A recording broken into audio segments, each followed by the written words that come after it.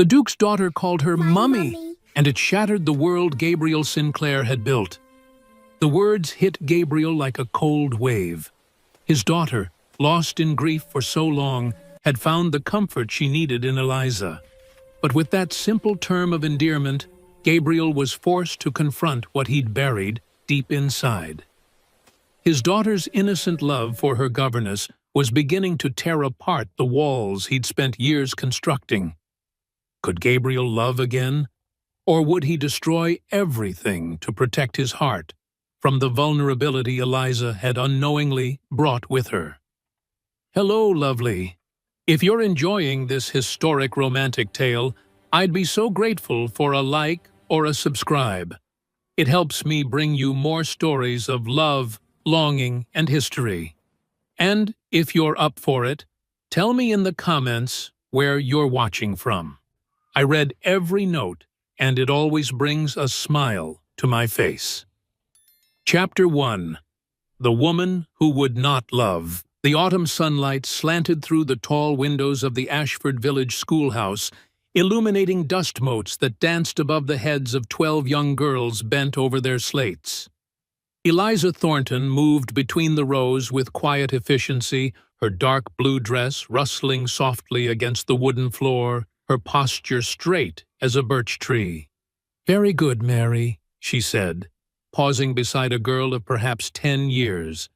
"Your penmanship has improved considerably. Remember to keep your letters consistent in height." The child beamed up at her, and Eliza allowed herself a small smile in return, warm enough to encourage, restrained enough to maintain proper distance. It was a balance she had perfected over the 5 years since she'd taken over her mother's position at the school. "Miss Thornton?" A smaller girl near the front raised her hand tentatively. "May I read my composition aloud?" "Of course, Emma. Class, please give Emma your attention." As the girl began to read a charming, if somewhat rambling essay about her family's cat, Eliza folded her hands at her waist and listened with genuine interest. This, she had learned, was the secret to good teaching: caring deeply about the work while maintaining a certain reserve about the students themselves. One must not become too attached. Children grew up and left. They moved on to marriages, households of their own, lives that had no place for a village schoolmistress. It was better this way, safer. The afternoon lessons concluded at 3 o'clock, and Eliza dismissed her students with reminders about their assignments for the following day. She watched them file out in pairs and small groups, chattering like sparrows, their voices fading as they scattered toward their various homes in the village. "They adore you, you know." Eliza turned to find Miss Sarah Hartley leaning against the door frame between their 2 classrooms, arms crossed, a knowing smile playing at her lips. Sarah taught the younger children, the 6- and 7-year-olds who still struggled with their letters, and had been Eliza's closest friend since they were students in this very building. "They respect me," Eliza corrected, gathering the slates from the desks. "That's quite different from adoration." "Is it?" Sarah moved into the room, collecting chalk and wiping down the blackboard with practiced efficiency. "I saw little Emma's face when you praised her composition. That child would walk through fire for you." "Don't be dramatic, Sarah." "I'm not being dramatic. I'm being observant." Sarah set down the chalk and dusted off her hands, regarding Eliza with an expression that was equal parts affection and exasperation. "You're an excellent teacher, Eliza. But sometimes I wonder if you realize how much your students love you, and how little you allow yourself to love them back." Eliza stiffened, her hands stilling on the slate she'd been cleaning. "I care for them deeply, but they're not mine to love, Sarah. In a few years, they'll leave this schoolhouse and barely remember my name." "That's not true, and you know it. But Eliza didn't answer. She simply continued her methodical cleaning, stacking the slates in neat rows, aligning the edges with precision, order, control. These were the things that mattered. Sarah sighed, recognizing the familiar wall of resistance. "Come, let's have tea at my cottage. I've just received a parcel from my sister. She sent the most marvelous shortbread." Despite herself, Eliza felt her lips curve upward. "You know I can't resist your sister's shortbread. I'm counting on it."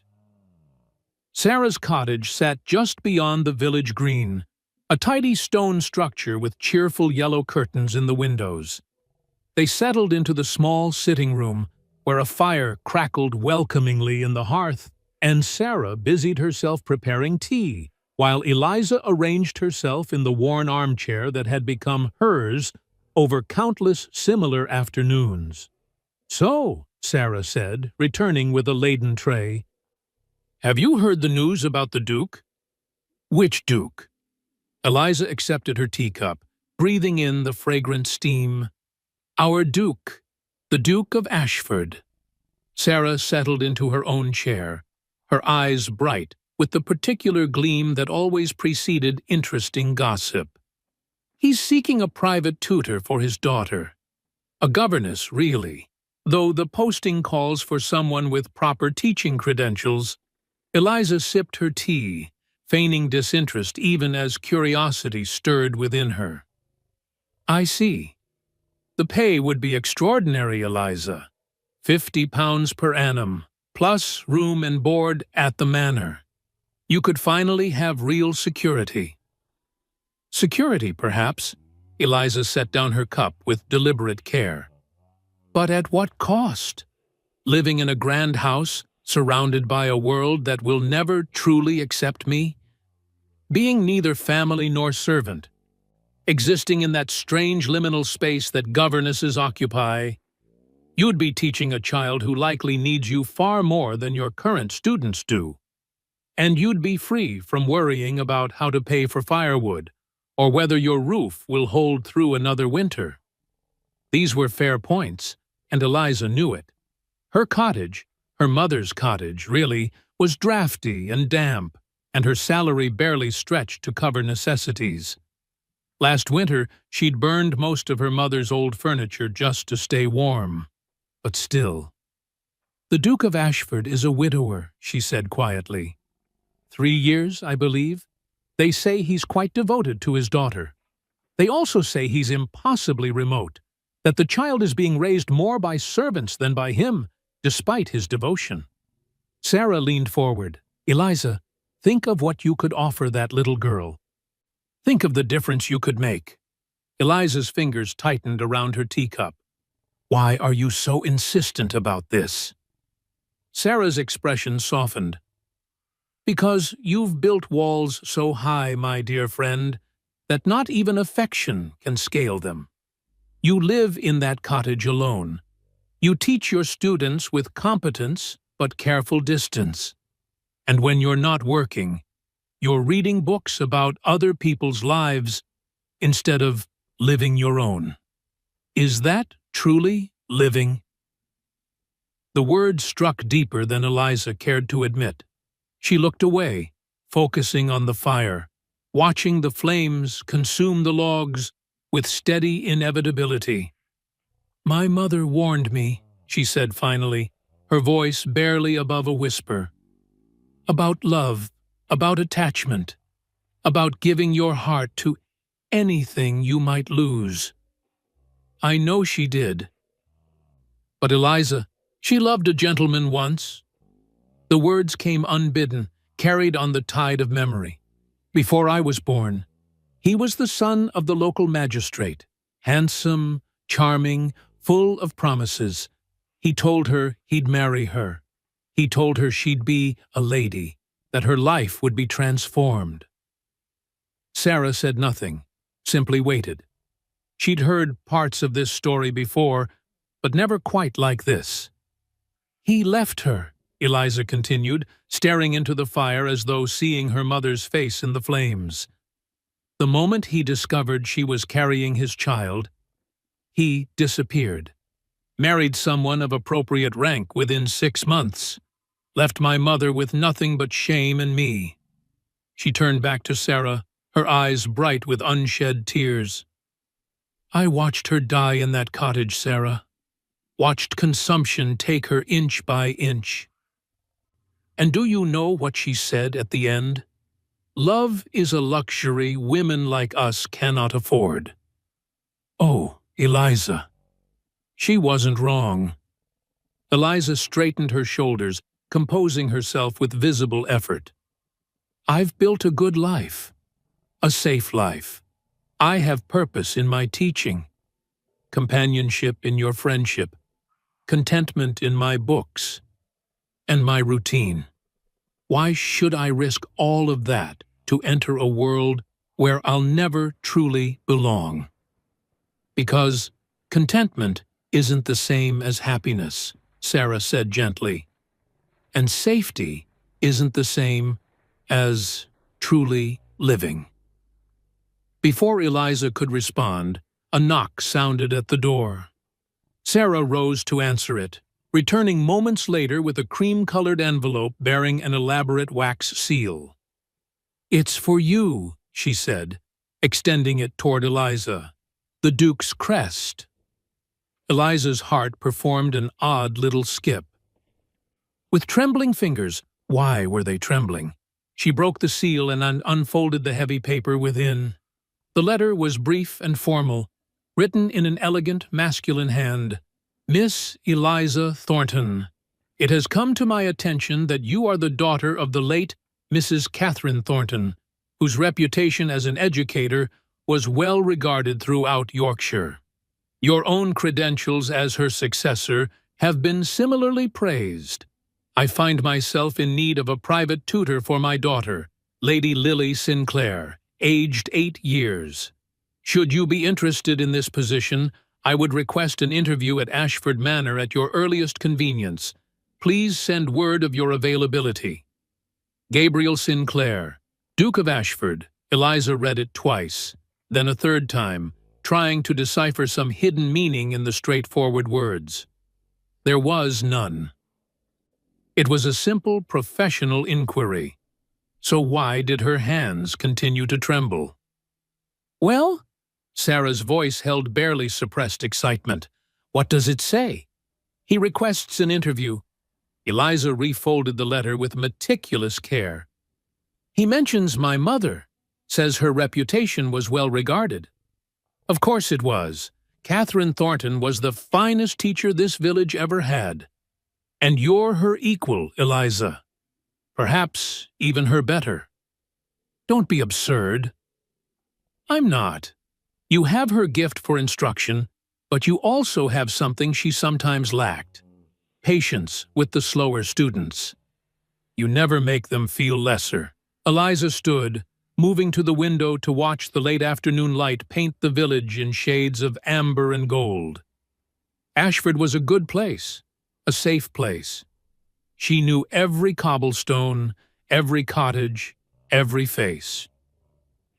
It was small and circumscribed, but it was hers. The Duke's manor sat on the hill beyond the village, visible from here only as a distant suggestion of chimneys and roofline. It might as well have been another country. I don't know if I can do this, she said quietly. Sarah joined her at the window, slipping an arm through hers. Then don't think of it as entering a new world. Think of it as an interview, just a conversation. You don't have to accept the position if it doesn't feel right. And if it does feel right, what then? Then perhaps you'll discover that walls, no matter how carefully constructed, aren't the same as foundations. Perhaps you'll find that the life you've been protecting isn't the life you actually want. Eliza leaned her head briefly against her friend's shoulder, drawing comfort from the familiar warmth. You're determined to push me out of my nest, aren't you? Not push, encourage. There's a difference. Sarah squeezed her arm. At least consider it, Eliza. What's the harm in one interview? What indeed? That evening, in her small cottage, Eliza sat at her mother's old writing desk and composed a reply to the Duke. The fire had burned low, and she wrote by candlelight, choosing each word with care. Your Grace, I am honored by your inquiry, and would be pleased to meet with you to discuss the position. I am available at your convenience. Respectfully, Miss Eliza Thornton. She signed her name with a steady hand, though her heart beat an unsteady rhythm against her ribs. It was just an interview, she told herself. Just a conversation. She wasn't committing to anything. But as she sealed the letter and set it aside to be posted in the morning, her gaze fell on the small portrait that hung above the desk. Her mother, painted in better days, before illness and hardship had carved lines into her face. I'm only considering it, Mama, she whispered to the painted image. I won't be foolish.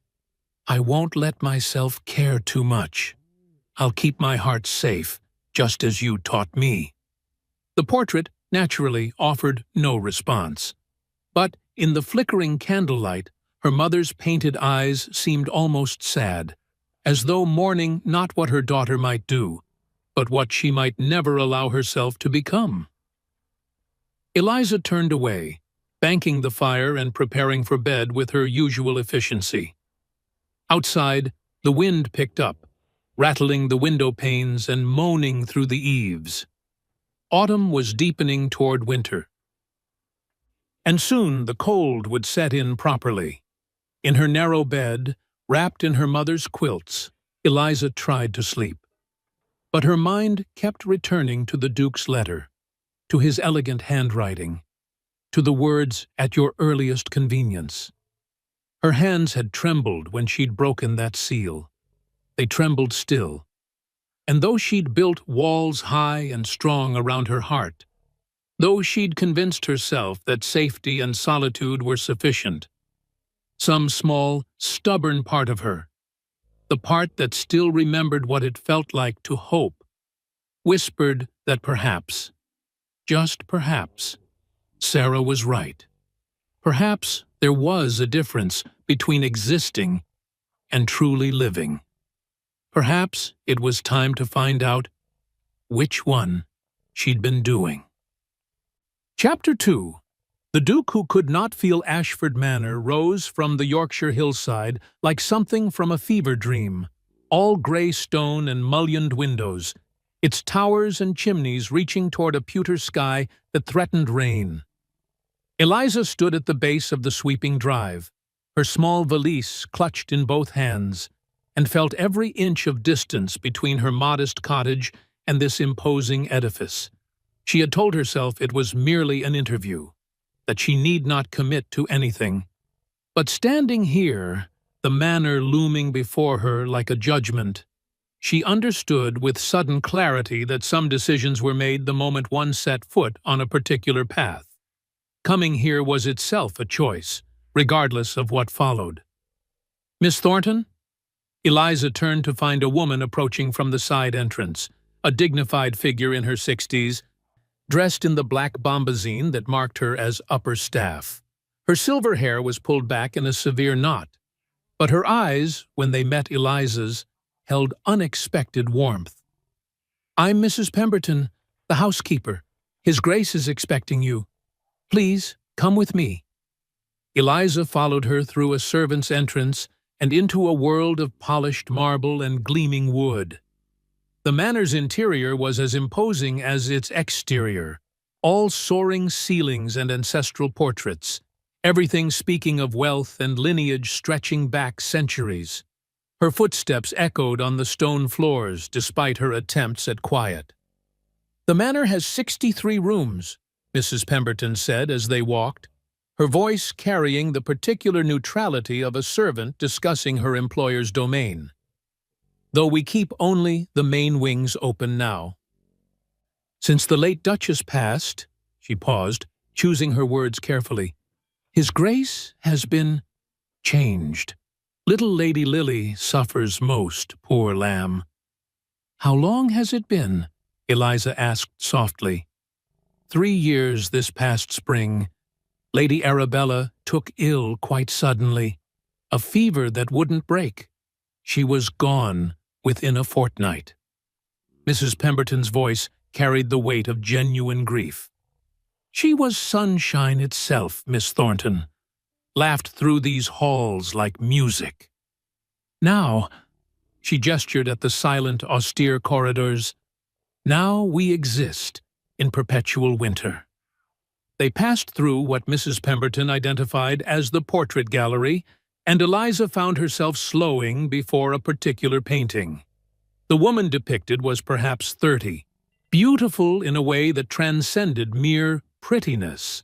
All golden hair and warm brown eyes, captured mid-laugh, as though the painter had caught her in a moment of pure joy. "That's her," Mrs. Pemberton said unnecessarily, "the late Duchess. His Grace had it painted the year before she died. Sometimes I find him standing here, just staring at it." Eliza studied the portrait, feeling an unexpected pang of something that might have been sympathy or envy, or perhaps both. This woman had been loved absolutely, had filled these halls with light and laughter. What must it be like, Eliza wondered, to be mourned so completely? "Come," Mrs. Pemberton said gently, "His Grace doesn't like to be kept waiting." The Duke's study was a masculine sanctuary of leather and mahogany, its walls lined with books that actually appeared to have been read. A fire crackled in the hearth, and through the tall windows, Eliza could see what must once have been an elaborate garden, now overgrown and wild, autumn having claimed it. "Miss Thornton, Your Grace." The man who rose from behind the massive desk was not what Eliza had expected. She'd imagined someone older, perhaps softened by grief. Instead, Gabriel Sinclair, Duke of Ashford, was perhaps 35, tall and austere, with dark hair touched with gray at the temples, and eyes the color of winter storms. His face was all sharp angles and controlled emotion, handsome in the way a cliff face is handsome, beautiful but forbidding.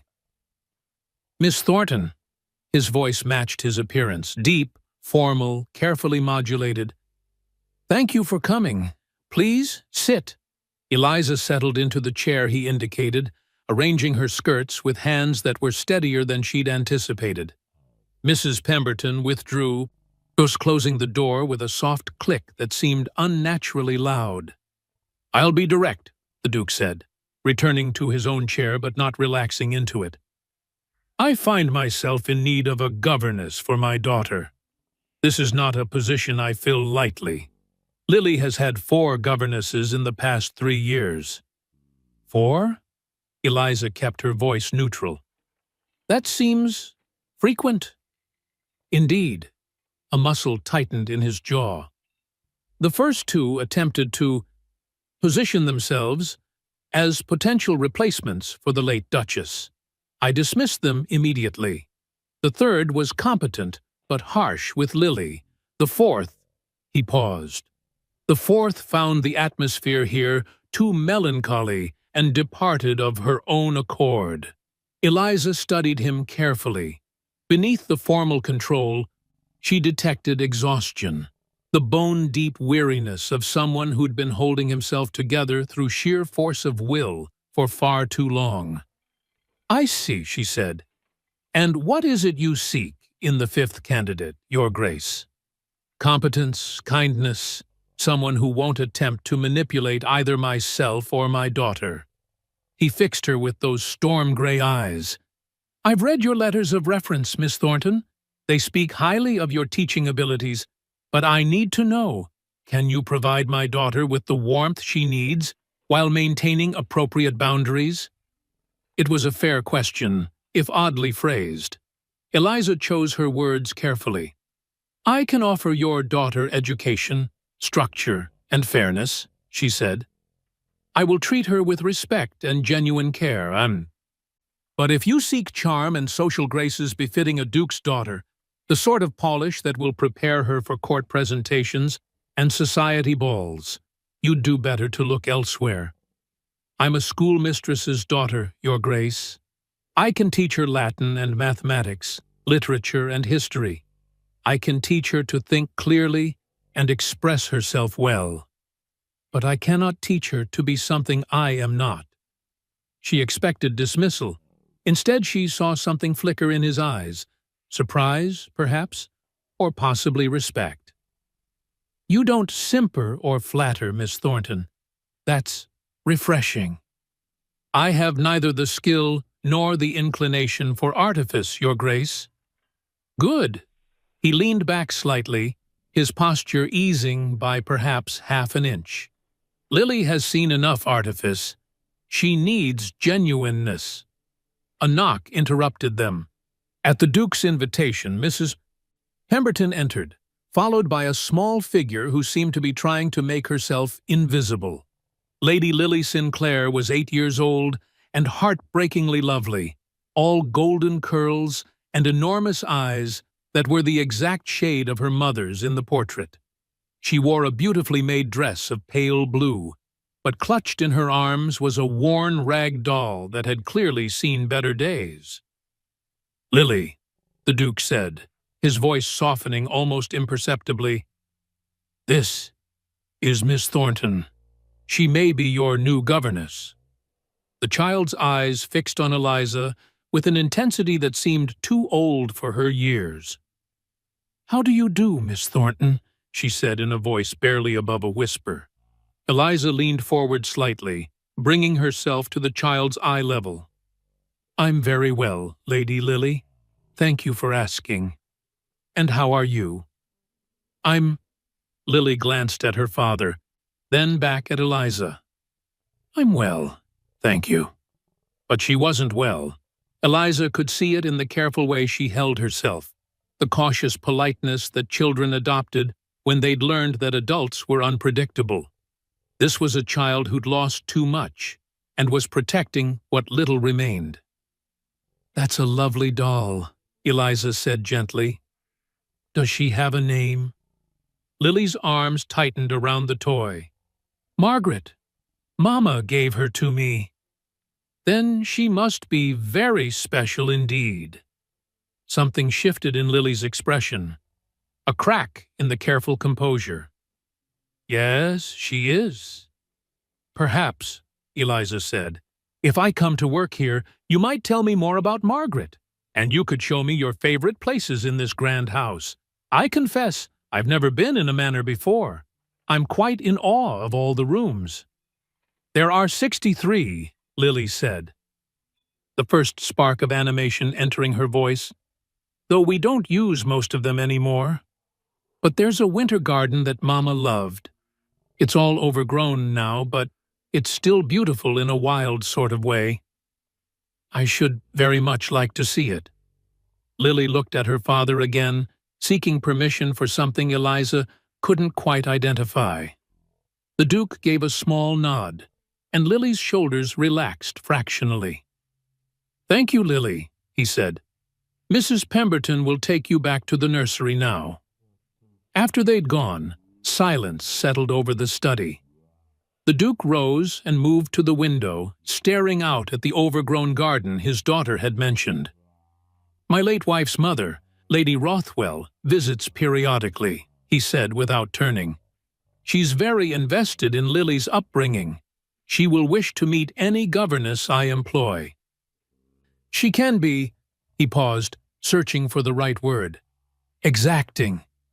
"I understand, Your Grace." He turned then, studying her with an intensity that made her acutely aware of every detail of her appearance, her simple dress, her unadorned hair, her work-worn hands. "Do you?" he asked. "Do you understand what you'd be entering, Miss Thornton? This is not a cheerful household. We do not entertain. We exist in a state of suspension. Some might call it melancholy. Others might simply call it grief." Eliza met his gaze steadily. "I understand that your daughter needs someone who won't abandon her, someone who will provide stability and care. If you're asking whether I can commit to that despite the atmosphere, then yes, Your Grace, I can. Something passed across his face. Relief, perhaps, or resignation, or some combination of both. "The position is yours if you want it," he said. £50 per annum, room and board included. You'd have Sundays at liberty after morning services. You'd begin immediately. Immediately. No time for second thoughts, no opportunity to retreat to the safety of her cottage and reconsider. Eliza felt her mother's voice echoing in her memory. Love is a luxury women like us cannot afford. But this wasn't love. This was employment. A position. Security. Wasn't it? "I accept," she heard herself say. Mrs. Pemberton showed her to the governess quarters, a suite of rooms in the family wing, modest but comfortable, with a small sitting room, a bedroom, and a view of the overgrown winter garden. After the housekeeper departed with promises to have Eliza's belongings sent up from the village, Eliza stood at the window and stared at the tangle of dead vines and dormant plants below. 3 years of neglect had transformed what must have been a masterpiece of cultivation into something wild and melancholy. Rather like this house itself, she thought. Rather like the Duke and his daughter. Behind her, in the hallway, she heard voices. Mrs. Pemberton and the Duke, speaking quietly. "What do you think of her?" That was the Duke's voice, lower than it had been in the study, almost uncertain. "That one has a good heart, Your Grace." Mrs. Pemberton's reply carried conviction. "She'll be good for Lady Lily. But," a pause, "but she's wary. Someone hurt her once. She's built walls as high as your own." Eliza pressed her forehead against the cool glass, fighting the urge to flee back to her cottage, to safety, to the small, circumscribed life she understood. "Perhaps," the Duke said so quietly Eliza almost didn't hear, "walls are precisely what's needed. Hers to protect herself, and mine to protect what remains of my family." "Or perhaps, Your Grace," Mrs. Pemberton replied with the particular boldness of long service, "walls are precisely the problem." Their footsteps retreated, leaving Eliza alone with the dying afternoon light and the weight of the choice she'd made. She unpacked her few belongings with methodical precision, her books arranged on the shelf, her mother's shawl folded in the drawer, her teaching materials laid out on the small desk. Everything in its place, everything ordered and controlled. She could do this. She would maintain proper distance, teach the child, collect her salary, and remain untouched by the grief that permeated these walls. She would not become entangled in the emotional wreckage of this household. She would keep her heart safe, just as her mother had taught her. But as darkness fell over Ashford Manor, as the house settled into its evening quiet, Eliza found herself returning to the window, staring down at the winter garden below. Even in its wild state, even choked with weeds and neglect, she could see the ghost of what it had been, could imagine how it must have looked when the late Duchess had tended it, when these halls had rung with laughter instead of echoing with silence. Beauty, once created, left traces even in ruin. It was, Eliza thought with sudden unease, rather like love itself. Chapter 3. The Child Who Needed a Mother. The schoolroom occupied the eastern corner of the second floor, its tall windows admitting the pale November light that seemed perpetually filtered through Yorkshire's autumn clouds. Eliza had arranged it with care, slates and primers on the desk, a globe positioned by the window, a small bookshelf she'd brought from her cottage now holding the texts she deemed essential for an 8-year-old's education. Lady Lily sat across from her, back straight as a ruler, hands folded precisely in her lap. "Shall we begin with geography?" Eliza asked gently. "Yes, Miss Thornton. Whatever you think best, Miss Thornton." "Lily, you needn't seek my approval for every breath you take." "I'm sorry, Miss Thornton. I didn't mean to—" The child stopped herself, biting her lip. Eliza set down the geography text and leaned forward. "Darling, you've apologized 3 times in as many minutes. You've done nothing wrong. In this room, you're permitted to simply be yourself." Lily's eyes widened slightly, as though this concept was entirely foreign. "Yes, Miss Thornton. I'm sorry." She caught herself again, and a ghost of a smile flickered across her face. "I mean, thank you, Miss Thornton." "Better," Eliza said, allowing warmth into her voice. "Now then, geography. Can you show me where we are on this globe?" Over the following days and weeks, a pattern emerged, slow as morning frost melting, but just as inevitable. Lily was extraordinarily intelligent, her mind quick and retentive, but she'd learned to dim her own light, to make herself small and unobtrusive. She answered questions in whispers, as though afraid the sound of her own voice might disturb the house's perpetual quiet. But gradually, carefully, Eliza coaxed her out. "Tell me," she said one afternoon during their literature lesson, "what do you think Jane Eyre should have done when she discovered the truth about Thornfield Hall?" Lily hesitated. I don't know, Miss Thornton. I'm not asking what you know. I'm asking what you think. There's a difference." A pause. Then, tentatively, I think she should have been angry. That he lied to her. Even if he loved her, lying was wrong." "Yes," Eliza said, pleasure warming her voice. "Exactly. You see, you have thoughts, Lily. Good ones. Don't be afraid to share them." The child's face transformed, a sunrise breaking through clouds. It was during their 3rd week that Eliza discovered where Lily disappeared to during their afternoon breaks. Following a hunch, she made her way down the back stairs and through the servants' corridor, emerging into what must once have been the manor's pride, the winter garden. 3 years of neglect had transformed it into something both beautiful and heartbreaking. Dead vines choked what had once been carefully trained roses. Frost-blackened perennials drooped over pathways now thick with weeds. But here and there, stubborn life persisted. A patch of late-blooming chrysanthemums, a hardy lavender bush still fragrant despite the cold. And there, in the center of it all, was Lily. The child knelt beside an overgrown bed, her good dress already stained with dirt, struggling to pull weeds from around what appeared to be a dormant rose bush.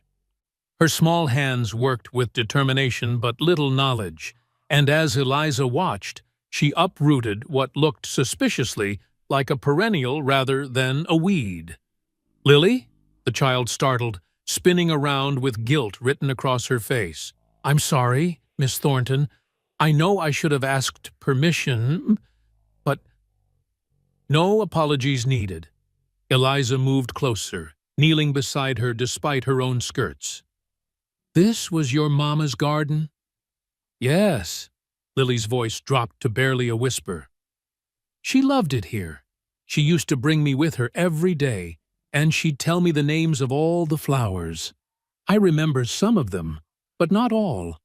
And I thought—" She looked down at her dirt-stained hands. "I thought if I could make it beautiful again, maybe Papa wouldn't look so sad when he sees it from his window." Eliza's throat tightened. "That's a lovely thought, darling, but I think you might be fighting a battle too large for one small girl." "I know." Lily's shoulders slumped. "I don't really know what I'm doing. But I have to try. It's all I have left of her." Eliza was quiet for a moment, remembering her own mother, remembering the desperate need to hold on to anything that kept memory alive. "Shall we learn together?" she said finally. "I'm no expert gardener, but I think your mama would be happy to see someone caring for her flowers. We could come here twice a week. Make it part of our natural history lessons." Lily's face blazed with hope. "Truly? Truly. We'll need to wait until spring for most of the work, but we can start clearing the debris now, marking which plants might survive. And I'll write to a friend in the village who knows about gardens. Between the three of us, we might just manage it." "Oh, Miss Thornton!" And then, spontaneously, Lily threw her arms around Eliza's neck. Eliza stiffened for just a moment, her mother's warnings echoing, her carefully constructed walls rising. But then she felt the child's small body shaking against hers, felt the desperate need in that embrace, and something within her simply surrendered. She wrapped her arms around Lily and held her close. "It's all right, darling. We'll make it beautiful again. I promise." Their ritual began the following week. Every Tuesday and Thursday afternoon, after formal lessons concluded, they would bundle into warm cloaks and venture into the winter garden. Armed with gardening gloves Mrs. Pemberton had unearthed from storage, they cleared pathways, cut back dead growth, and made careful notes about what might bloom again come spring. Lily transformed during these sessions, laughing freely, chattering about her memories of the garden in its glory, her reserve melting away like snow in sunlight. It was during their fourth session that disaster struck. Lily had insisted on carrying the watering can herself. "I'm strong enough, Miss Thornton. Truly I am." But the path was slick with frost, and her foot caught on an exposed root. She went down hard, the watering can flying, her knee striking a jagged stone. The wail that followed was pure anguish, not just physical pain, but the accumulated fear and grief of a child who'd learned that falling down could mean losing everything. "Lily!" Eliza was beside her in an instant, gathering the sobbing child into her arms. "Let me see, darling. Let me look." The knee was badly scraped, bleeding through her torn stocking. Not serious, but painful, the kind of injury that hurts more for the shock than the actual damage. "I'm sorry," Lily gasped between sobs. I'm sorry. Hush now. You've nothing to apologize for." Eliza pulled out her handkerchief, pressing it gently against the wound. "Accidents happen. You're going to be perfectly fine." But Lily couldn't stop crying, her small body shaking with more than just pain. This was 3 years of unshed tears finding an outlet. Grief and fear and loneliness pouring out over one scraped knee. Eliza did what came naturally, what she'd sworn she wouldn't do, what all her mother's warnings had been meant to prevent. She gathered the child fully into her lap, holding her close, rocking her gently. "Once upon a time," she began, her voice soft and steady, "there was a brave little princess who lived in a castle with gardens that stretched to the horizon." She told a story, improvised and rambling, about a princess who could talk to flowers, who brought a dead garden back to life through kindness and persistence. It was silly and sentimental, nothing like the proper literature she taught, but Lily's sobs gradually quieted as she listened. "And did the flowers bloom again?" Lily asked finally, her voice small against Eliza's shoulder. "Every single one, because the princess believed in them, and sometimes, darling, that's all growing things need. Someone who believes in them." Lily was quiet for a long moment. Then, so softly, Eliza almost didn't hear. "You're like a mama." Eliza's breath caught. I'm sorry, Lily added quickly, pulling back slightly. I shouldn't have said that. I know you're my governess, not my— You needn't apologize for speaking your heart, darling. Eliza's own eyes were suddenly wet. That's one thing you never need to apologize for. Inside the manor, standing at his study window, Gabriel Sinclair watched the scene unfold in the garden below. He'd been reviewing estate accounts when movement had caught his eye, and now he stood frozen, observing his daughter, his reserved, careful daughter, crying in her governess's arms. No, not just crying, being comforted, being held with the kind of tenderness he'd forgotten existed. Something twisted in his chest, part pain, part something else he refused to name. Your Grace? His land steward, Mr. Collins, had entered unnoticed.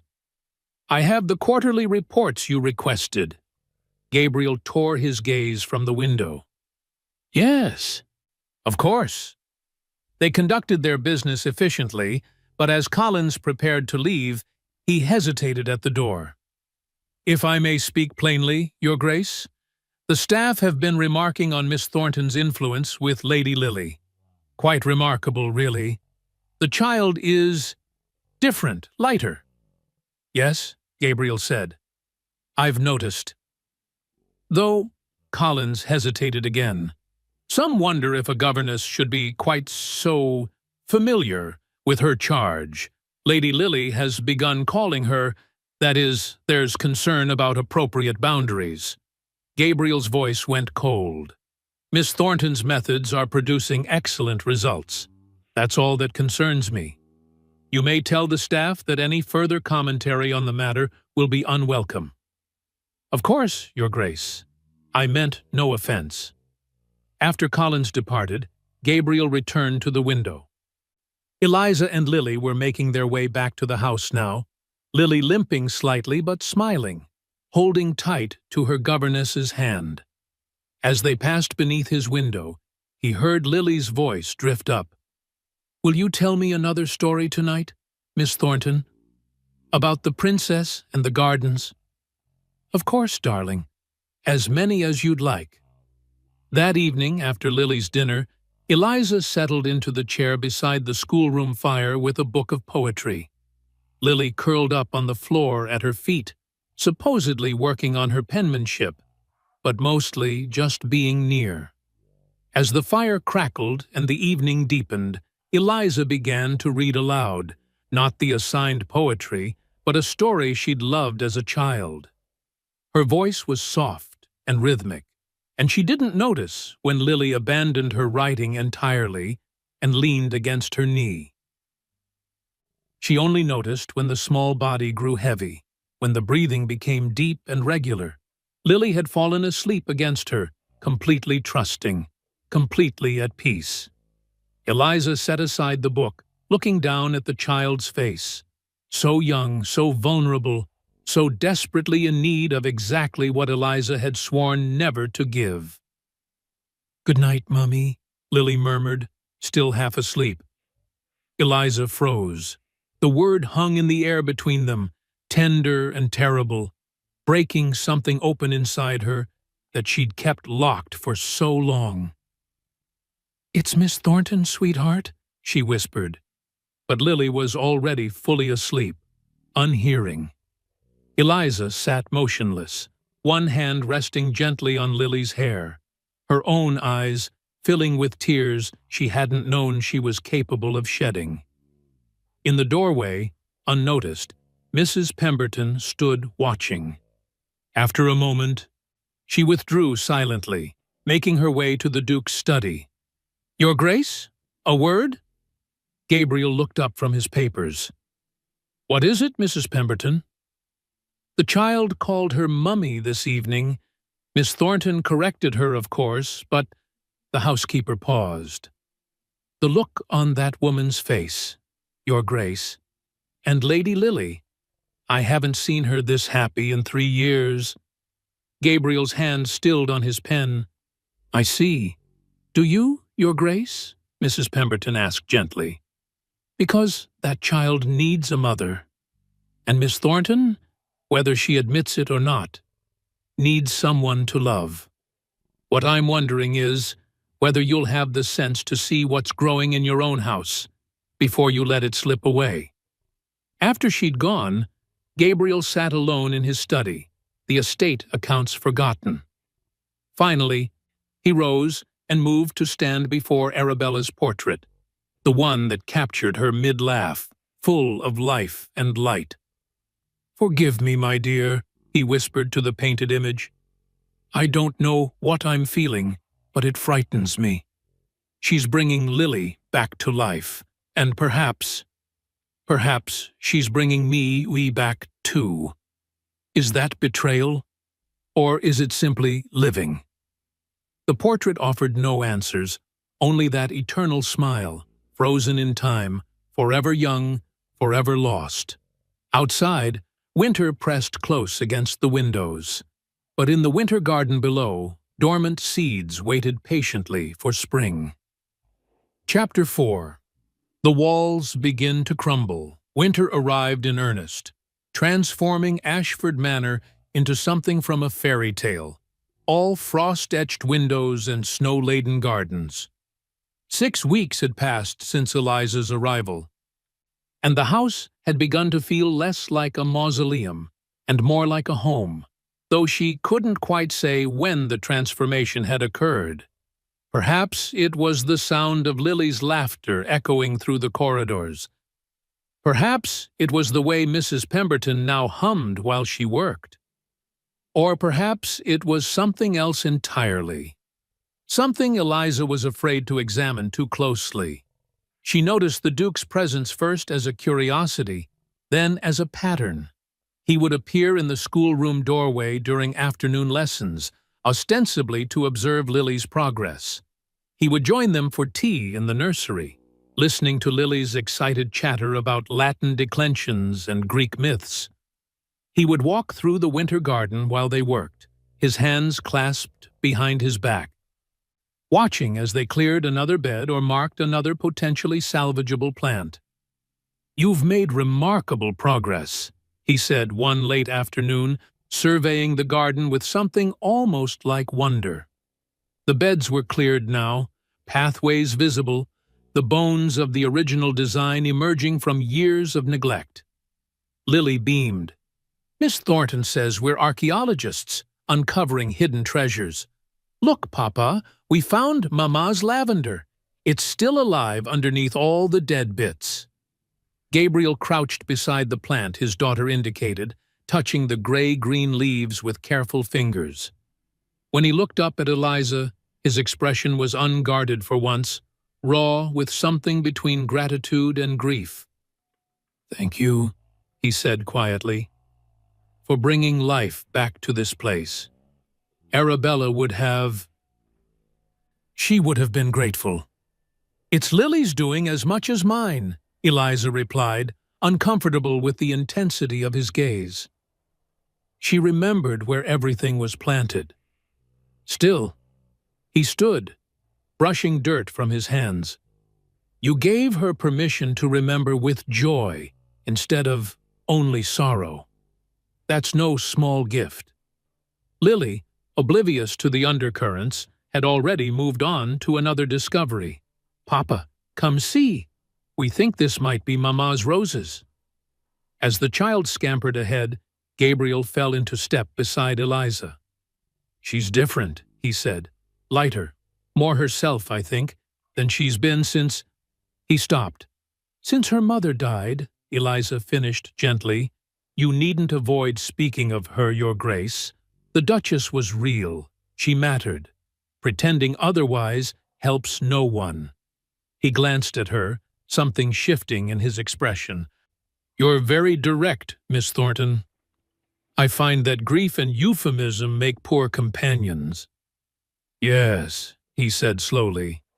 "Yes, I suppose they do." Their conversations began to extend beyond the professional.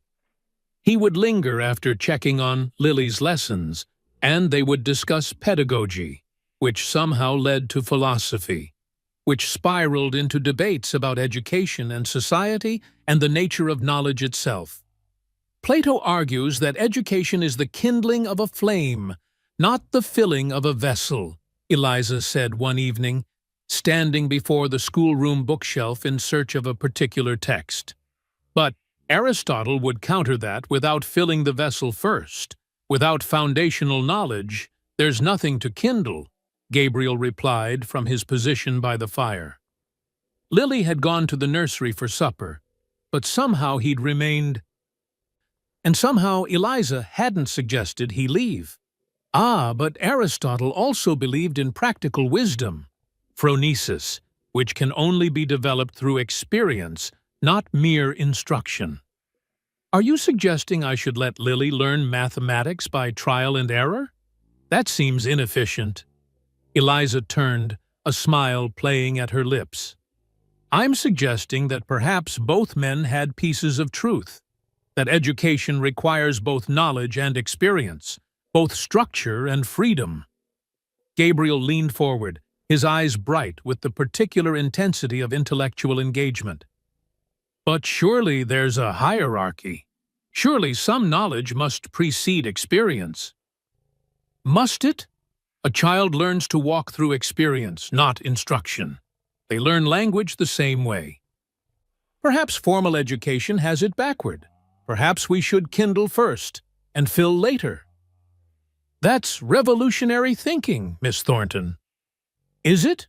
Or is it simply honest observation? They argued for 20 minutes, neither giving ground, both clearly relishing the debate.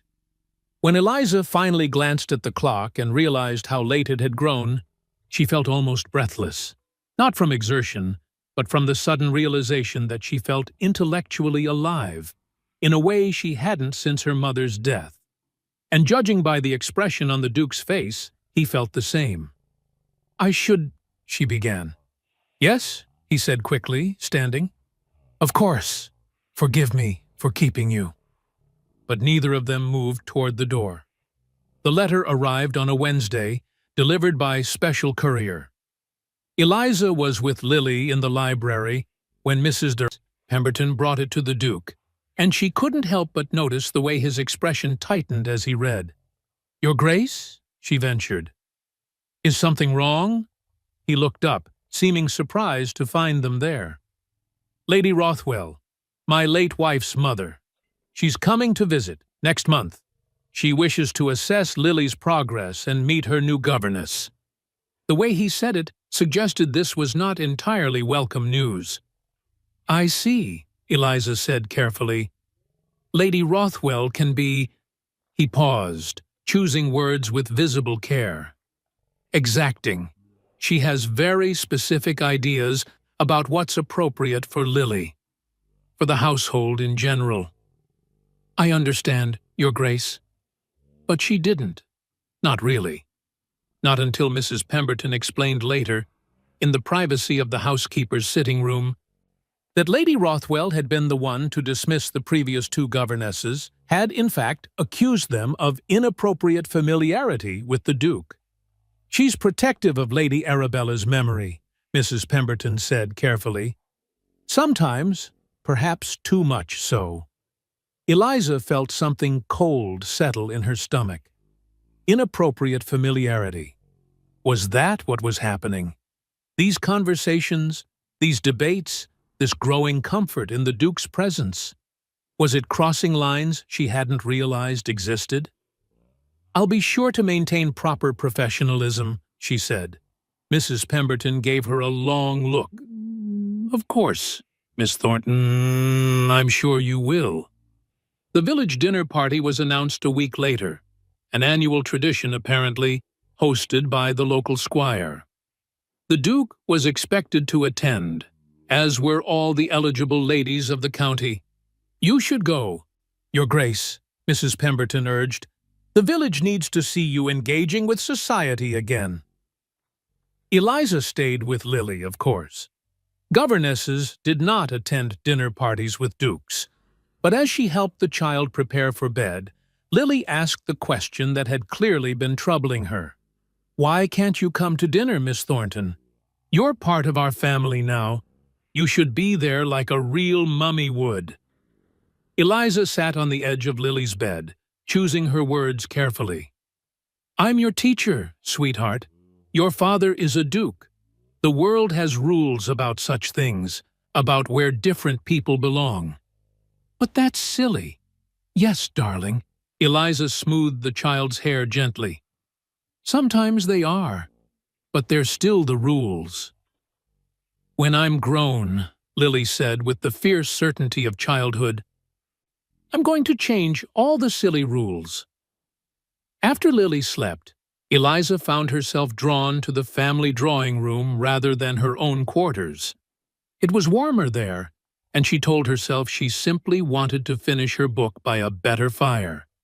That it had nothing to do with the fact that the Duke would pass this way when he returned. She was deep in her reading when the clock struck 11, and she nearly jumped when his voice came from the doorway. "You're still awake." Gabriel stood there in his evening clothes, looking exhausted and vaguely irritated. "I hope you don't mind," Eliza said, starting to rise. "I know I shouldn't be. Please, stay." He moved into the room, loosening his cravat with visible relief. "That was possibly the longest evening of my life." "Was it so terrible?" Lady Ashworth spent 2 hours detailing the latest London fashions. Mrs. Pennington felt compelled to share every illness her grandchildren have suffered this year. And the squire insisted on discussing hunting, about which I care nothing. He dropped into the chair across from her with none of his usual formality. Is this what society is? This endless parade of trivial conversation? Despite herself, Eliza smiled. "I wouldn't know, Your Grace. I've never been invited." "You're lucky." He ran a hand through his hair, disrupting its careful arrangement. "I spent the entire evening wishing I was here, wishing I was talking about something that mattered, with someone who—" He stopped. "Someone who what?" Eliza asked softly. "Someone who challenges me. Who makes me think. Who treats me like a person rather than a title." The words hung between them, weighted with meaning neither was quite ready to acknowledge. "Arabella was like that," he said finally, his voice dropping. "She never let me hide behind being the Duke. She was sunshine. When she died, I thought I'd died too. I've been dormant these 3 years. Grief can be a kind of cold," Eliza said. "We wrap it around ourselves like armor. It protects us, but it also freezes us in place." Gabriel looked at her with sudden intensity. "Yes, exactly that. How do you understand so well?" "Because I've been frozen too, Your Grace. Just in a different way." The conversation shifted, deepening, becoming the kind of talk that only happens late at night when guards are down and truth feels safer in darkness. They spoke of loss and duty and the weights they carried, his of title and expectation, hers of her mother's warnings and the walls she'd built against feeling too much. The fire burned low, the clock chimed midnight, and still they talked, leaning forward in their chairs, the space between them charged with something neither was quite ready to name. Finally, Gabriel moved, not dramatically, simply shifting from his chair to sit beside her on the settee, close enough that she could feel the warmth of him, see the silver threading his dark hair. "Eliza," he said, and her name in his voice was a revelation. He reached toward her hand, and suddenly her mother's voice filled her head, sharp and warning. "He promised me the world, then left me with nothing but you and shame. I should—" Eliza stood abruptly, nearly stumbling. "Lily, I should check on Lily. It's past midnight, she'll be sleeping. Still, I should—" I'm sorry. Good night, Your Grace." She fled, not quite running but close, her heart hammering against her ribs. Behind her, she heard him call her name, but she didn't stop, couldn't stop. In her room, door closed and locked, Eliza paced like a caged thing. Her hands shook, her breath came too fast. She was falling in love with Gabriel Sinclair. Worse, she suspected he might feel the same. This was exactly what her mother had warned her about, loving a man whose world she could never truly enter, setting herself up for heartbreak and shame. She was a schoolmaster's daughter, and he was a duke. There was no future here. There couldn't be.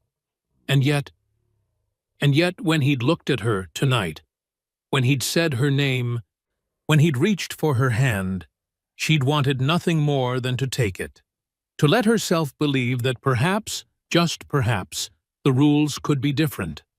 But rules were never different for women like her. She pressed her forehead against the cold window glass and forced herself to breathe. Tomorrow she would rebuild her walls. Tomorrow she would remember her place. Tomorrow she would be only what she was supposed to be, Lily's governess, nothing more.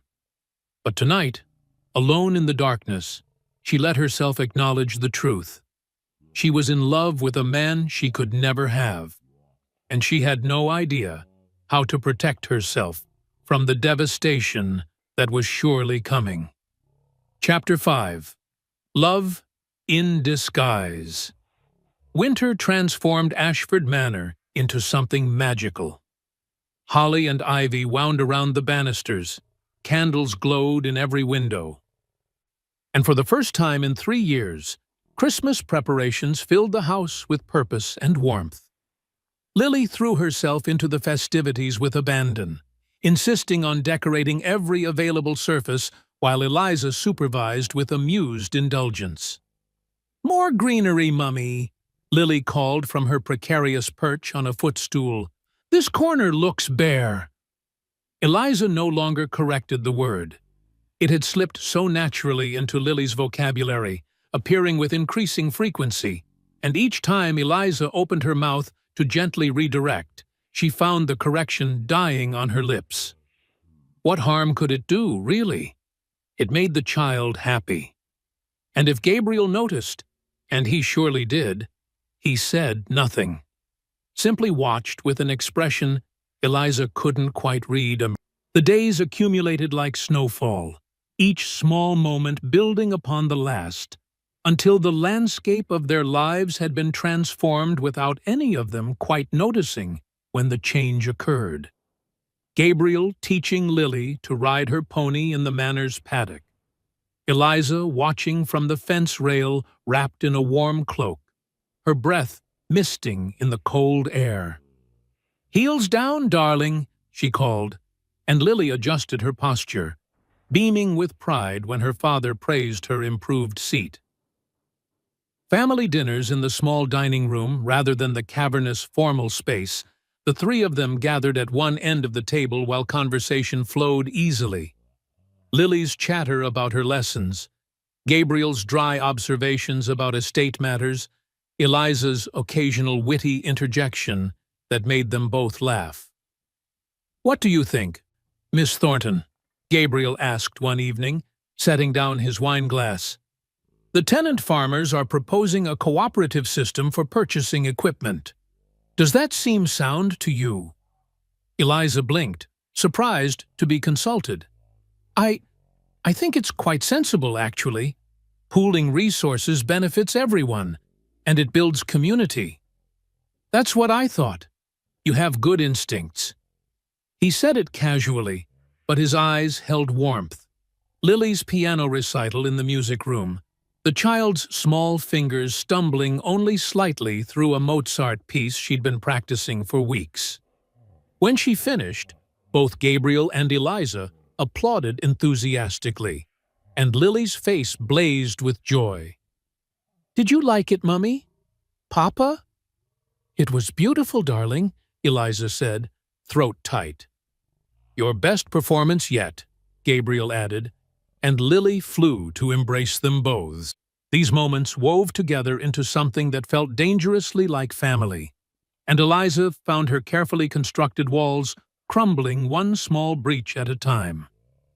"You're different," Sarah said the moment Eliza arrived for their weekly tea. It was her afternoon off, and she'd walked to the village despite the cold, needing the familiar comfort of her oldest friend.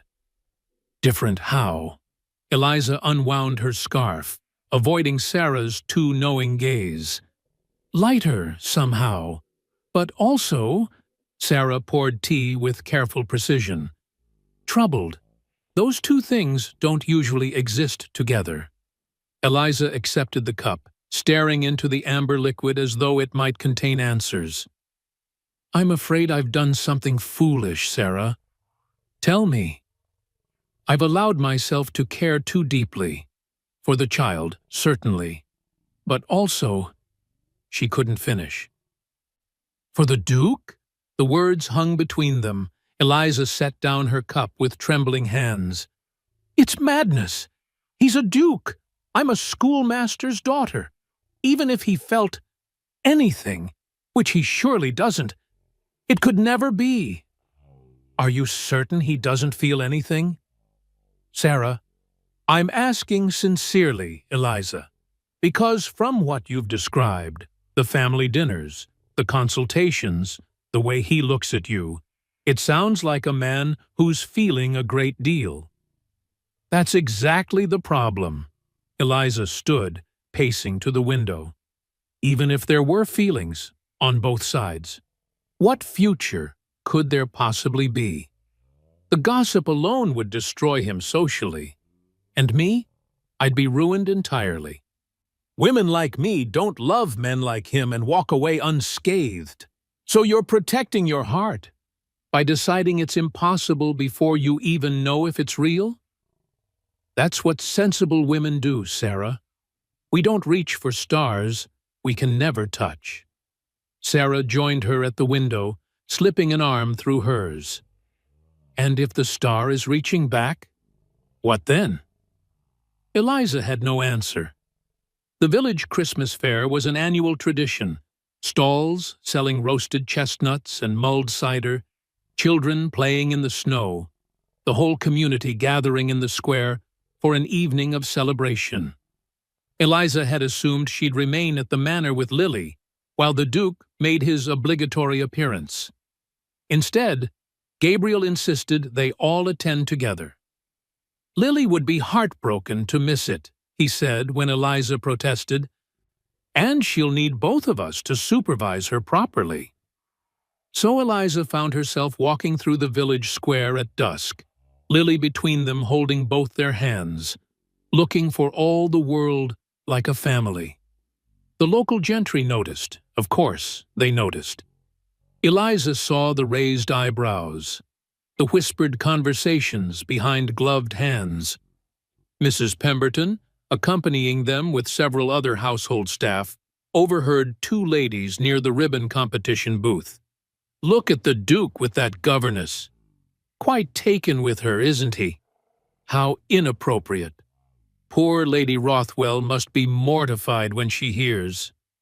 The housekeeper said nothing, but her eyes met Eliza's across the crowd, and the warning was clear. The ribbon competition was a silly village tradition, men competing in tests of strength and skill. Winners receiving elaborately embroidered ribbons from the ladies' auxiliary. Gabriel participated only because Lily begged him to, and he won easily, accepting a beautiful blue silk ribbon with polite grace. "Give it to Mummy," Lily insisted, tugging his arm. "She should have it. She's the prettiest lady here." Gabriel held the ribbon, his eyes finding Eliza's across the small distance. The moment stretched, the noise of the fair fading to background.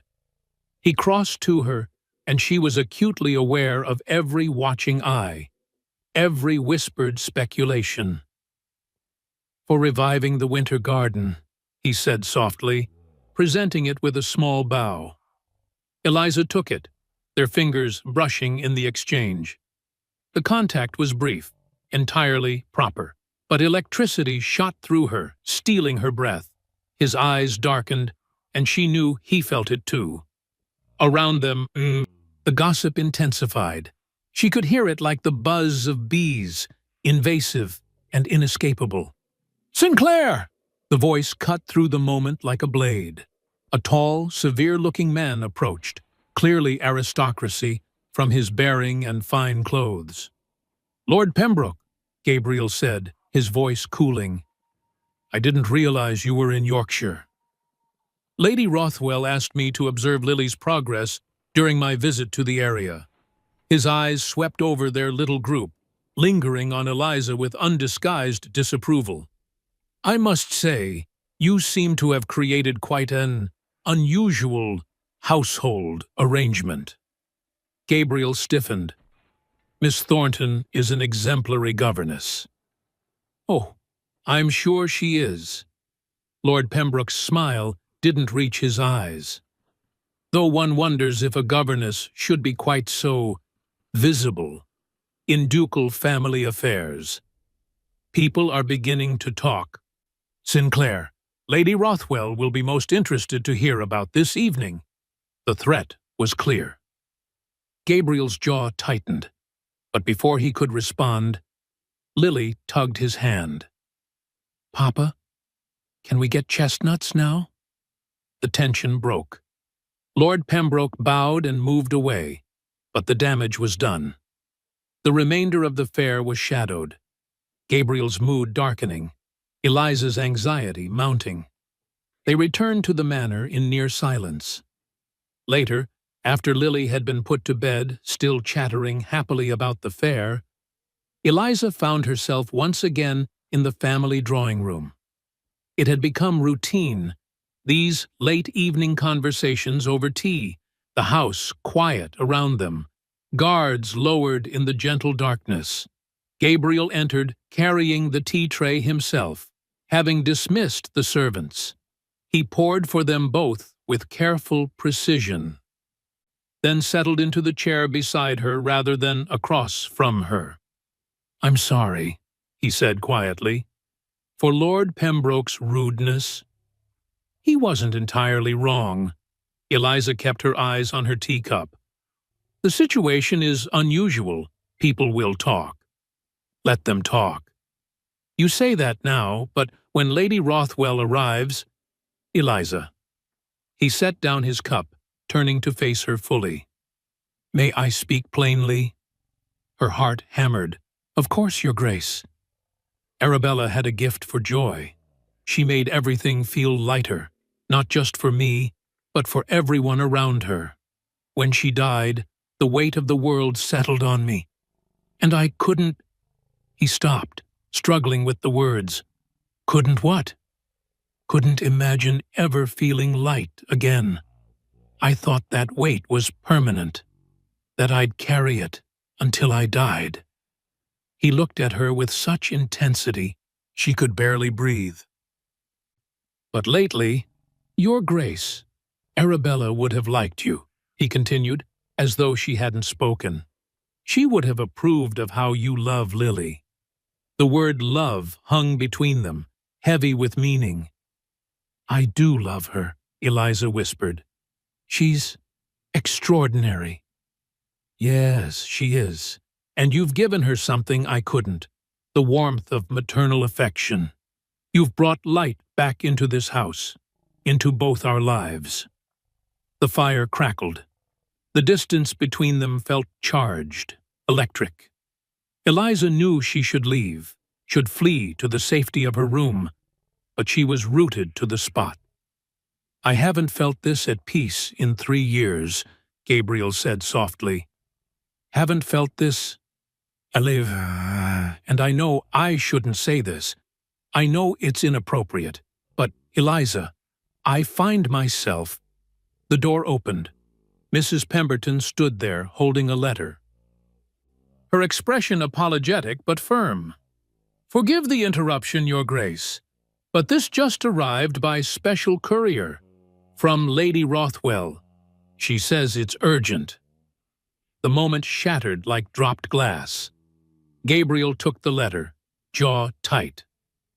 "Thank you, Mrs. Pemberton." After the housekeeper departed, Eliza stood quickly. "It's late. I should retire." "Eliza, wait!" But she was already moving toward the door, nearly running, unable to bear another moment of this exquisite torture.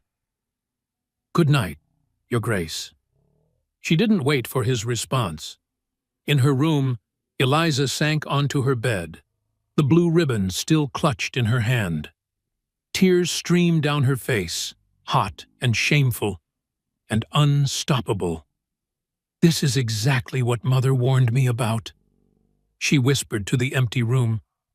"I've let myself love, and now I'll pay the price. He's a duke. I'm nothing. This cannot end well." But even as she said the words, even as she tried to rebuild her walls, she knew it was too late. She loved Gabriel Sinclair. She loved his daughter. She loved the life they'd built together, fragile and impossible as it was. And that love was going to destroy her. In his study, Gabriel sat motionless, Lady Rothwell's unopened letter on the desk before him. His eyes drifted to Arabella's portrait, that eternal smile, that captured joy. "Forgive me, Bella," he whispered.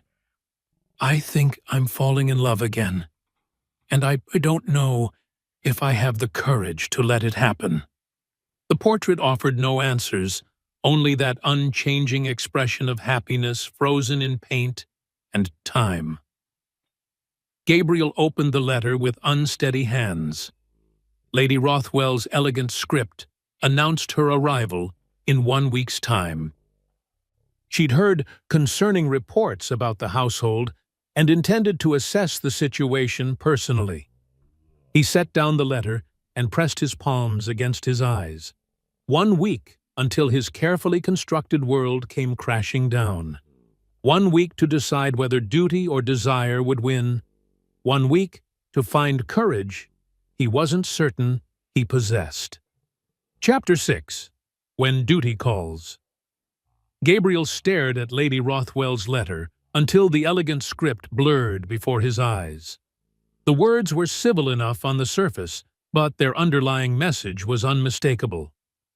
"I shall arrive on Thursday to assess Lily's educational progress and the general household arrangements.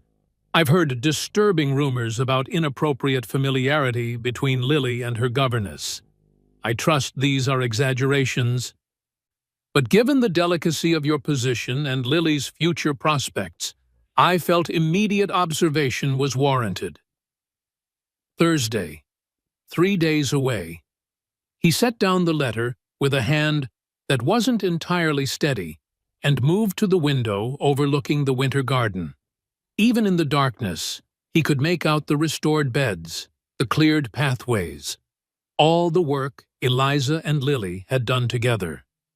The noose of social expectation was tightening around his throat, and he had no idea how to loosen it. Mr. Harrison arrived the following afternoon for their quarterly review of estate business.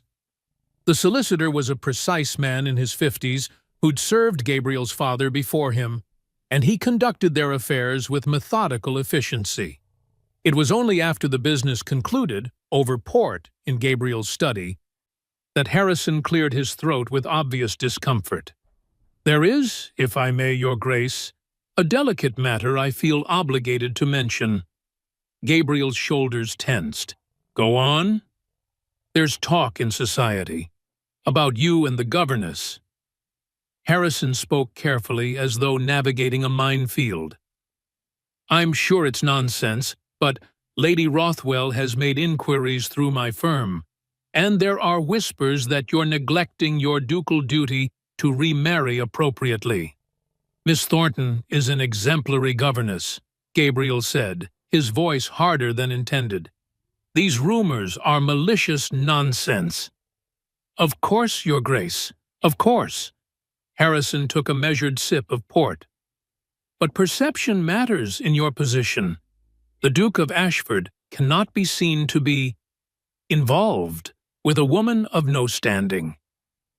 Your position requires a duchess who can manage your social obligations, navigate London society, represent your family with appropriate dignity. And Lady Lily needs a mother of appropriate rank, someone who can ensure her own eventual marriage to a suitable gentleman. Gabriel's hand tightened around his glass. I'm aware of my responsibilities. I don't doubt it, Your Grace. I only mention it because Lady Rothwell has been vocal in her concerns. She believes you're becoming inappropriately attached, that the household has developed an atmosphere that is, shall we say, too informal for a ducal residence. After Harrison departed, Gabriel remained in his study, staring at nothing. The solicitor's words echoed in his mind, joining Lady Rothwell's letter in a chorus of duty and expectation and social consequence. He was a duke. He had responsibilities, and his growing feelings for Eliza Thornton, feelings he could no longer deny, were a threat to everything his position demanded. Lady Rothwell arrived a day early. The carriage swept up the drive on Wednesday afternoon, catching them entirely unprepared. Gabriel was in his study. Eliza was teaching Lily mathematics in the schoolroom, and no one was positioned to greet the late Duchess's mother with appropriate ceremony. She swept into the house like an elegant storm, a woman in her 60s who had clearly been a great beauty in her youth, and still carried herself with regal bearing. Her silver hair was arranged in perfect coils, her traveling dress was the height of fashion, and her eyes, the same warm brown as Arabella's, were sharp as cut glass. Gabriel. She presented her cheek for his kiss, having intercepted him in the entrance hall. I hope my early arrival doesn't inconvenience you. Of course not, Lady Rothwell. You're always welcome. How gracious. Her smile didn't reach her eyes. Where is my granddaughter? In the schoolroom with Miss Thornton. Shall I? But Lady Rothwell was already moving, following Mrs. Pemberton's directions with the confidence of someone who'd once been mistress of this house. Gabriel had no choice but to follow. They found Eliza and Lily bent over a slate, working through a mathematical problem together. At the sound of the door, Lily looked up, and her face transformed with joy. Grandmother! She flew from her chair and across the room, launching herself at Lady Rothwell with complete abandon. But it wasn't Lady Rothwell who received the embrace. Lily, in her excitement, had run to Eliza first, throwing her arms around the governess's waist. Mummy, grandmother's here. Can we show her the winter garden? The silence that followed was deafening. Eliza's face went white. Lily, this is your grandmother Rothwell, and you must call me Miss Thornton. But, Miss Thornton, Eliza repeated firmly, gently disentangling the child's arms. Lady Rothwell's expression revealed nothing, but Gabriel saw the flicker of something dangerous in her eyes. Lady Lily, come greet me properly. The child, confused by the sudden tension, moved to embrace her grandmother with considerably less enthusiasm than she'd shown Eliza. Tea was excruciating. Lady Rothwell maintained perfect civility, but her questions to Eliza carried subtle barbs that drew blood without leaving visible wounds. How quaint that you teach from imagination rather than established texts, Miss Thornton. I suppose modern ideas have their place, though one must be careful not to fill a duke's daughter with unsuitable notions. Eliza, maintaining her dignity admirably, responded with measured calm. I believe education should engage the mind and heart, Lady Rothwell. Heart is all well and good, but propriety and rank are what truly matter for a girl of Lily's station. She'll need to navigate the highest levels of society, make an advantageous marriage. These are not things one learns from imagination. Gabriel watched Eliza's fingers tighten around her teacup, saw the effort it cost her to keep her voice steady. I defer to your greater experience, Lady Rothwell. After tea, Lady Rothwell requested a private word in Gabriel's study. He followed with a sense of impending doom. She's dangerously attached to that governess, Lady Rothwell said the moment the door closed. And unless I'm mistaken, Gabriel, so are you. Eliza, Miss Thornton, has been wonderful for Lily. I don't doubt her competence, but Lily calls her Mummy. Did you hear that? Did you see how naturally it came to the child? The servants talk, Gabriel. They say it happens constantly. That Miss Thornton doesn't correct it. That you don't correct it. Gabriel said nothing.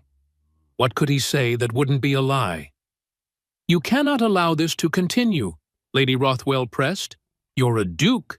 You have responsibilities to your family, to your position, to Lily's future. Arabella would want you to remarry, yes, but to someone appropriate. Lady Ashworth would be a perfect choice. Wealthy, well-connected, experienced in society. I have no interest in Lady Ashworth. Then find someone else of appropriate rank. But this growing attachment to a governess is impossible. The scandal would be devastating. Think of Lily's future, her prospects for a good marriage. If society believes you've been carrying on with the governess, if there's even a whisper of impropriety, Lily will bear the stain of it. Doors will close to her. Advantageous matches will become impossible. Gabriel felt the walls closing in. I understand. Do you? Lady Rothwell's voice was hard now. Because I'm not certain you do. You're playing with fire, Gabriel. And it's not just you who will burn. It's Lily, your innocent daughter, who's already lost her mother, who doesn't deserve to have her future destroyed because you couldn't maintain appropriate boundaries with the help. Eliza is not... He stopped himself. Eliza? Lady Rothwell's eyebrows rose. You use her Christian name? Gabriel said nothing. Distance yourself from this woman, Lady Rothwell said, her voice now ice, before you do irreparable damage. Act like the Duke you are, not like some lovesick footman. Do it now, Gabriel, or I will. The following days were agony. Gabriel avoided Eliza as though she carried plague. He took his meals in his study, sent written notes about Lily's progress rather than discussing them in person, stopped walking through the winter garden, abandoned their evening conversations entirely. Eliza noticed immediately. How could she not? The warmth that had been building between them for months vanished overnight, replaced by icy formality that hurt more than any words could have. Mrs. Pemberton found her one afternoon in the empty schoolroom, staring out the window with unseeing eyes. Don't take it personally, dear, the housekeeper said gently. Lady Rothwell has been working on him, reminding him of his duties. Of course. Eliza's voice was carefully neutral. He's a duke. I'm a governess. There are natural boundaries. I should never have forgotten them. But alone in her room that night, she wept until she had no tears left. The summons came on the 5th day of Lady Rothwell's visit. Miss Thornton, His Grace requests your presence in his study. Eliza's hands shook as she straightened her dress and made her way downstairs. Gabriel stood behind his desk, a deliberate choice, she realized, to maintain physical distance. His face was a mask of cold formality. Miss Thornton, please, sit. She remained standing. I prefer to stand, Your Grace. A muscle tightened in his jaw. Very well. I'll be direct. It has come to my attention that certain informalities have developed in this household. Lady Lily has begun addressing you in a manner that is inappropriate. This must stop. The words struck like physical blows. I have never encouraged. Nevertheless, it has occurred." He cut her off, his voice like ice. "Going forward, I require you to maintain strict professional boundaries. You are Lady Lily's governess, nothing more." Eliza's chin lifted, pride the only thing keeping her from shattering. "I understand perfectly, Your Grace. Forgive me if I have overstepped my position." "Tell her!" a voice screamed in Gabriel's mind. "Tell her you're protecting her, that the scandal would destroy her, that you're doing this because you love her." But the words wouldn't come. He stood frozen behind his desk, trapped by duty and fear and the weight of expectations he'd carried his entire life. "If my services are no longer satisfactory," Eliza said, her voice shaking despite her best efforts, "I can seek a position elsewhere." Panic flared in Gabriel's chest. "That won't be necessary, provided you maintain appropriate distance." "You have my word, Your Grace." Each word was coated in frost. "I shall be nothing but professional." She turned and left, her spine straight, her dignity intact. Behind her, Gabriel sank into his chair and pressed his palms against his eyes. In the hallway, unseen, Lady Rothwell nodded with satisfaction.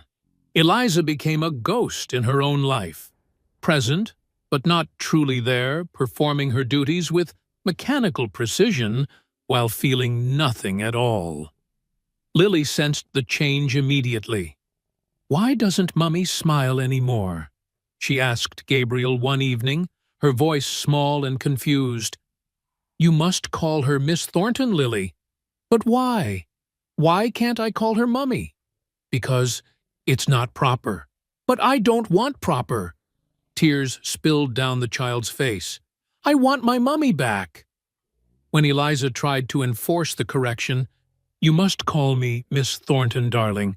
It's proper," Lily's anguish only increased. "I'm not your mother, Lily. I'm your teacher."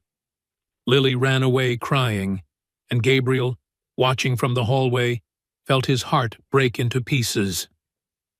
The letter of resignation appeared on Gabriel's desk 3 days later, delivered by Mrs. Pemberton with obvious reluctance. "She asked me to give you this, Your Grace." Gabriel unfolded it with unsteady hands. The writing was Eliza's, clear and elegant, but marred by what could only be tear stains. "Your Grace, I hereby tender my resignation, effective at the end of the month. I believe it is in everyone's best interest that I seek employment elsewhere. Respectfully, Miss E. Thornton." "She's upstairs packing," Mrs. Pemberton said quietly. "She won't reconsider." "I tried, Your Grace. She's set on leaving." "Thank you, Mrs. Pemberton." After the housekeeper departed, Gabriel sat in the growing darkness, the letter in his hands, staring at nothing. He'd achieved what he thought he wanted: appropriate distance, protection from scandal, the preservation of his family's reputation. But the victory felt like ashes in his mouth. In her room, Eliza folded her few possessions with methodical care, each movement precise and controlled. She wouldn't cry anymore. She'd done enough of that. She'd survived her mother's death. She'd survived this. But she knew, with terrible certainty, that a part of her would remain in this house forever. In the nursery, Lily cried herself to sleep, clutching the blue ribbon from the Christmas fair, the one Gabriel had given Eliza, which Eliza had secretly left on the child's pillow as a goodbye gift. And in his study, Gabriel Sinclair sat alone in the darkness, wondering how doing the right thing could feel so entirely, devastatingly wrong. Chapter 7. The Breaking Point. 5 days had passed since Eliza submitted her resignations. 3 more remained until her departure. Ashford Manor felt like a tomb. The servants moved through the corridors with hushed voices and worried glances. Even the winter sunlight streaming through the windows seemed muted, as though the house itself mourned what was being lost. Gabriel threw himself into estate business with grim determination, reviewing accounts until his eyes burned, meeting with tenants, inspecting buildings that needed no inspection. Anything to avoid the hollow ache in his chest, the knowledge that he was destroying something precious through his own cowardice. Eliza maintained perfect professional distance. She taught Lily with competence but no warmth, moving through the lessons like an automaton. Her smiles were polite masks. Her voice was carefully modulated. And her eyes, once so alive with intelligence and affection, were now simply empty. But it was Lily who suffered most visibly. The child who had bloomed under Eliza's care began to wilt like a flower deprived of light. She refused most of her meals, pushing food around her plate with listless disinterest. She stopped playing, stopped chattering about her lessons, stopped asking to work in the winter garden. Instead, she sat silently in corners, clutching her worn doll, staring at nothing. "Lady Lily barely touched her luncheon again, Your Grace," Mrs. Pemberton reported, her voice tight with concern. "That's 4 days now. She's wasting away." Gabriel summoned the village doctor, who examined Lily thoroughly and found nothing physically wrong. "It's melancholy, Your Grace," Dr. Patterson said, snapping his medical bag closed. "The child is heartsick. I've seen it before in children who've suffered great loss. She believes she's being abandoned again."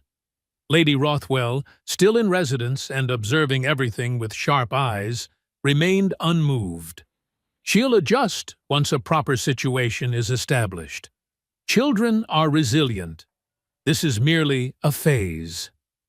But watching his daughter fade, Gabriel began to break. The first night, Lily refused to sleep. Mrs. Pemberton sat with her, holding the child's small hand, while Lily stared at the ceiling with unseeing eyes. "Did I make Mummy angry?" Lily whispered finally. "Is that why she doesn't love me anymore?" Mrs. Pemberton's throat tightened. "Oh, sweet child, it's not your fault. The grown-ups are being very foolish. But she doesn't smile at me. She doesn't tell me stories. She's leaving. And it's because I did something wrong." "No, darling, no. You've done nothing wrong." But Lily didn't believe her. How could she, when all the evidence suggested otherwise? The second night, Gabriel found himself drawn to Lily's room long after she should have been sleeping. She wasn't screaming or crying. That would almost have been better. Instead, she wept quietly in her sleep, tears sliding down her cheeks, while small sobs shook her frame. He pulled a chair to her bedside and took her small hand in his larger one. In sleep, she gripped his fingers with desperate strength. Gabriel looked at his daughter, truly looked, and saw what his fear had created. This child had already lost her mother. Now she was losing the woman who'd filled that void, and she blamed herself for the loss. "Forgive me, little one," he whispered. "I thought I was protecting you. I thought I was doing the right thing. But I'm only causing you pain." Lily stirred in her sleep, murmuring something that sounded like Mummy. Gabriel sat with her until dawn, watching her fitful rest, feeling something fundamental shift inside him. The third night, the breaking point, came at midnight. The scream tore through the house like a physical thing, raw and terrified and utterly heartbroken. Gabriel bolted from his study where he'd been staring blindly at papers, taking the stairs 3 at a time. From the opposite direction, he saw Eliza running from her quarters, still in her nightdress and wrapper, hair loose around her shoulders. They converged on Lily's room simultaneously. The child was thrashing in her bed, caught in the grip of nightmare, her screams dissolving into desperate sobs. "Mommy, don't leave me. Mommy, please, don't go away like Mama did." Eliza reached her first, gathering the hysterical child into her arms. "Shh, darling. I'm here. I'm here." But Lily was beyond comfort, beyond reason. She clung to Eliza with desperate strength, her small body shaking with the force of her sobs. "Don't leave me, Mummy. Please, don't leave me. I'll be good. I promise. I'll be so good. Please stay." "I'm here, sweetheart." Eliza's own composure shattered like glass, tears streaming down her face as she held the child tightly. "I'm here now. Promise. Promise you won't leave." Eliza looked up then and saw Gabriel frozen in the doorway. Their eyes met across the room, raw, exposed, all pretense stripped away by the anguish of a child caught between them. Gabriel saw his daughter's desperate grief, saw Eliza's tears, saw what his fear and his adherence to duty had created, a child being destroyed by the loss of love she desperately needed. The epiphany crashed over him with the force of a physical blow. By trying to protect Lily from potential future pain, he was causing her real, immediate agony. By trying to honor duty and propriety and the expectations of his position, he was destroying the happiness all three of them could have. Eliza rocked Lily gently, whispering soothing words while the child's sobs gradually quieted. "I'm here, sweetheart. I'm here now. Shh. It's all right." "Don't go," Lily hiccuped at, her voice small and broken. "Please don't go. Shh. Rest now, rest." Slowly, exhausted by her own anguish, Lily's grip loosened, her breathing deepened. She fell into fitful sleep, still clutching Eliza's nightdress. Eliza carefully laid her down, covering her with blankets, smoothing her damp hair with infinite tenderness. Then she stood and walked toward the door, intending to return to her own room. Gabriel stood in her path. She tried to move past him, but he caught her arm gently. "Please, we need to talk." Eliza's control, so carefully maintained for days, finally snapped. She whirled on him, her voice a harsh whisper to avoid waking Lily.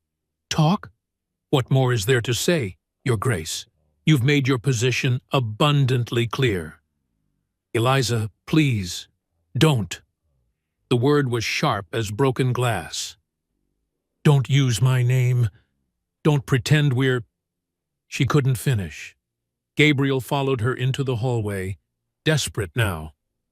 "I was trying to protect you, to protect Lily. The scandal." "Protect us?" Eliza's laugh was bitter. "You made your daughter believe she's losing another mother. You made me—" She stopped, trembling. "Made you what?" "You made me love her." The words burst out, raw and agonized. "You made me love her, and then you sent me away." Her voice broke. "I vowed I would never do this. Never let myself care like this. My mother warned me. Never love a man whose world you cannot share. Never reach above your station. And I didn't listen. I let myself love that child as if she were my own. I let myself believe." She pressed her hands to her face, unable to continue. Gabriel stepped closer. "Believe what?" Eliza looked at him then, her face wet with tears, her eyes filled with anguish. "That I might belong here. That you might— But I was a fool. You're a duke. I'm nobody." This was always going to end exactly like this. You're not nobody. Gabriel's voice was rough with emotion. You're what? Eliza demanded. What am I to you? Your daughter's governess? A woman who serves a purpose until society tells you to put her back in her place. You're the woman I've fallen in love with. The words dropped between them like stones into still water, rippling outward into silence. Eliza stared at him, stunned into immobility. Gabriel's carefully constructed control shattered. The words came tumbling out, unstoppable now. I've been falling in love with you for weeks, watching you with Lily, talking with you in the evenings, seeing your intelligence and kindness and strength. And it terrified me. I thought, after Arabella, I thought I could never love again. I vowed I wouldn't. Because loving means you can lose, and I couldn't survive that pain again. Don't do this, Eliza whispered. I tried to push you away. I told myself it was duty, propriety, protecting Lily's future. But the truth is, I was protecting myself. From fear, from the possibility of loss. And in doing so, I've hurt the two people I love most in this world. You don't love me. Eliza shook her head, backing away.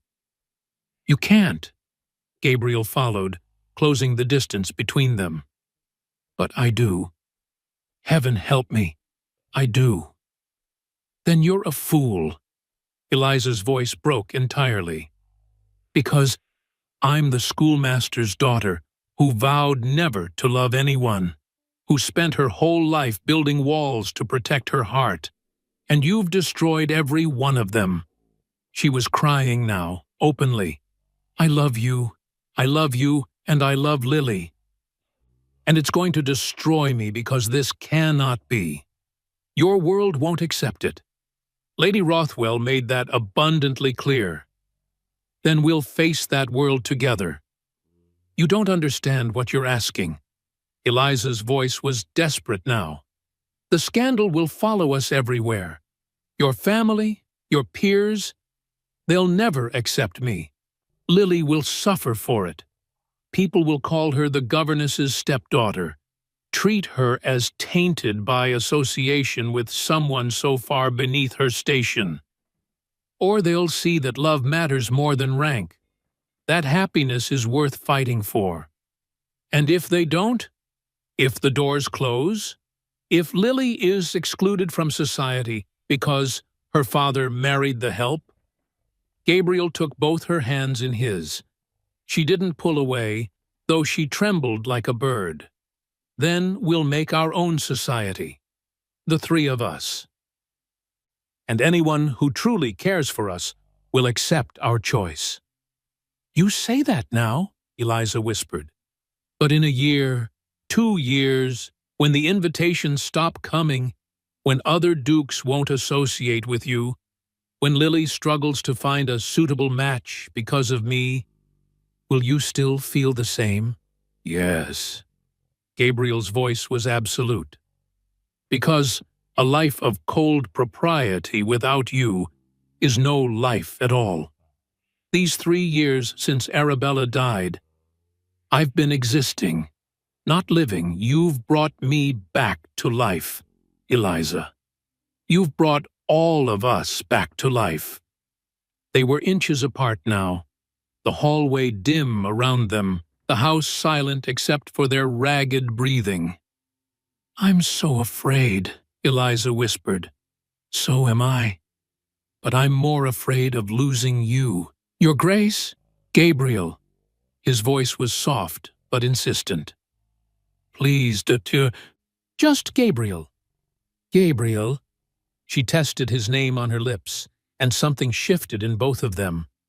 If I say yes to this, if I stay, there's no going back.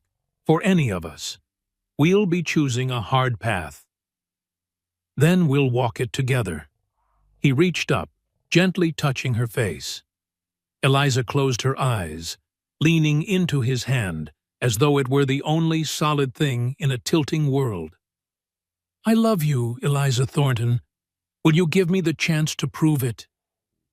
Eliza opened her eyes and looked directly at him. The fear was still there, would perhaps always be there, but alongside it was something else. Courage. The courage to choose love despite everything. Despite her mother's warnings. Despite the scandal. Despite the certain knowledge that the path ahead would be difficult. She didn't answer with words. Instead, she rose on her toes and kissed him. It was gentle, tentative, filled with 3 months of longing and fear and hope. Gabriel's arms came around her, holding her as though she were something precious and fragile and infinitely dear. When they finally parted, both were trembling. "Yes," Eliza whispered. "Yes."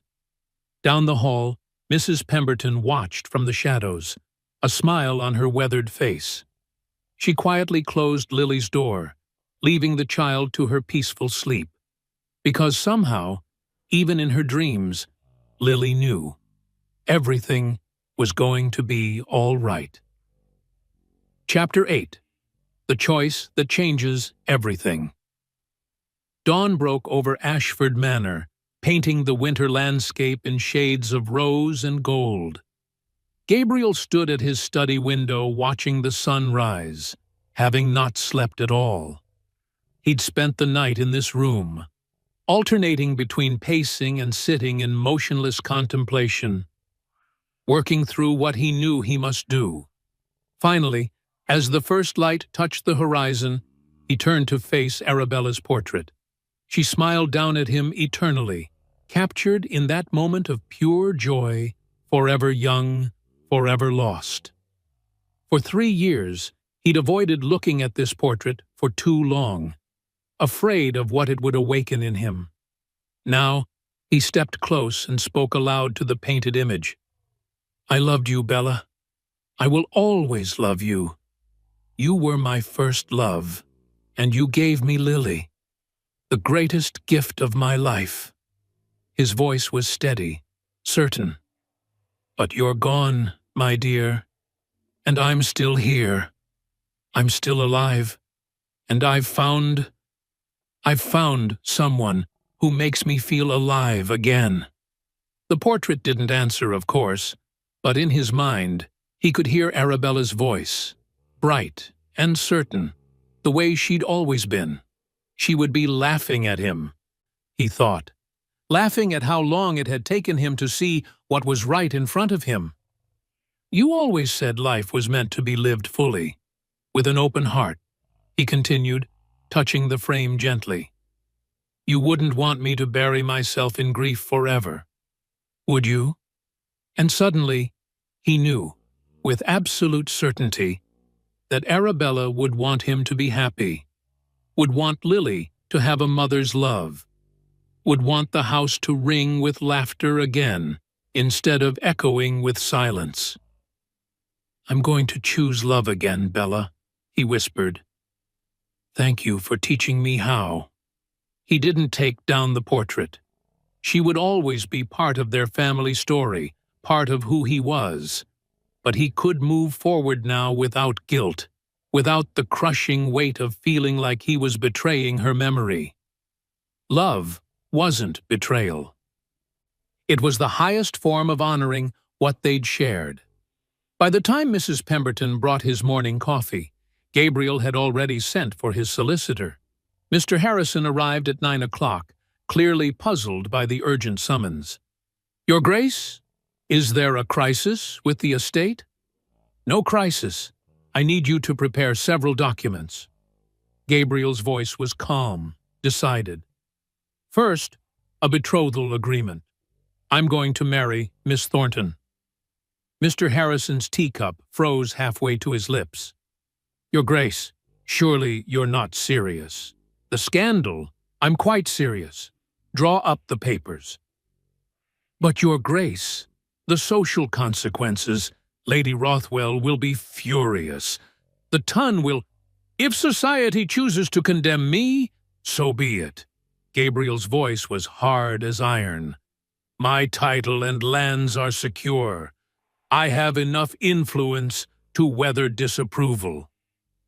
What I cannot weather, what I will not weather, is a life without love. Mr. Harrison set down his cup with trembling hands. Lady Rothwell, I'll handle Lady Rothwell. You prepare the documents. I want this done properly and legally. Miss Thornton will be protected, regardless of what society thinks. After the solicitor departed, still sputtering protests, Gabriel allowed himself a small smile. The first battle was won. Now for the harder one.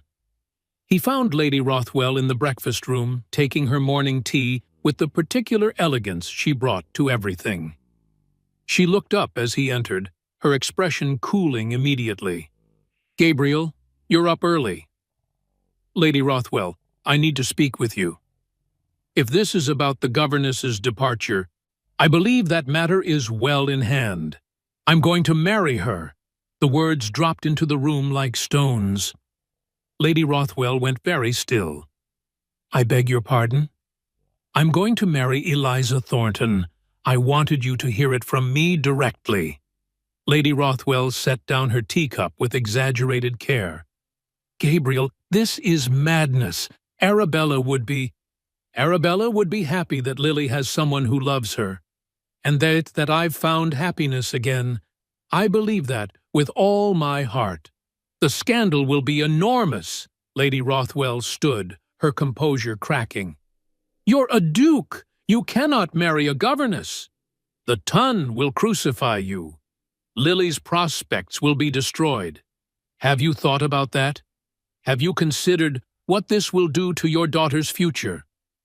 I've thought of nothing else for days.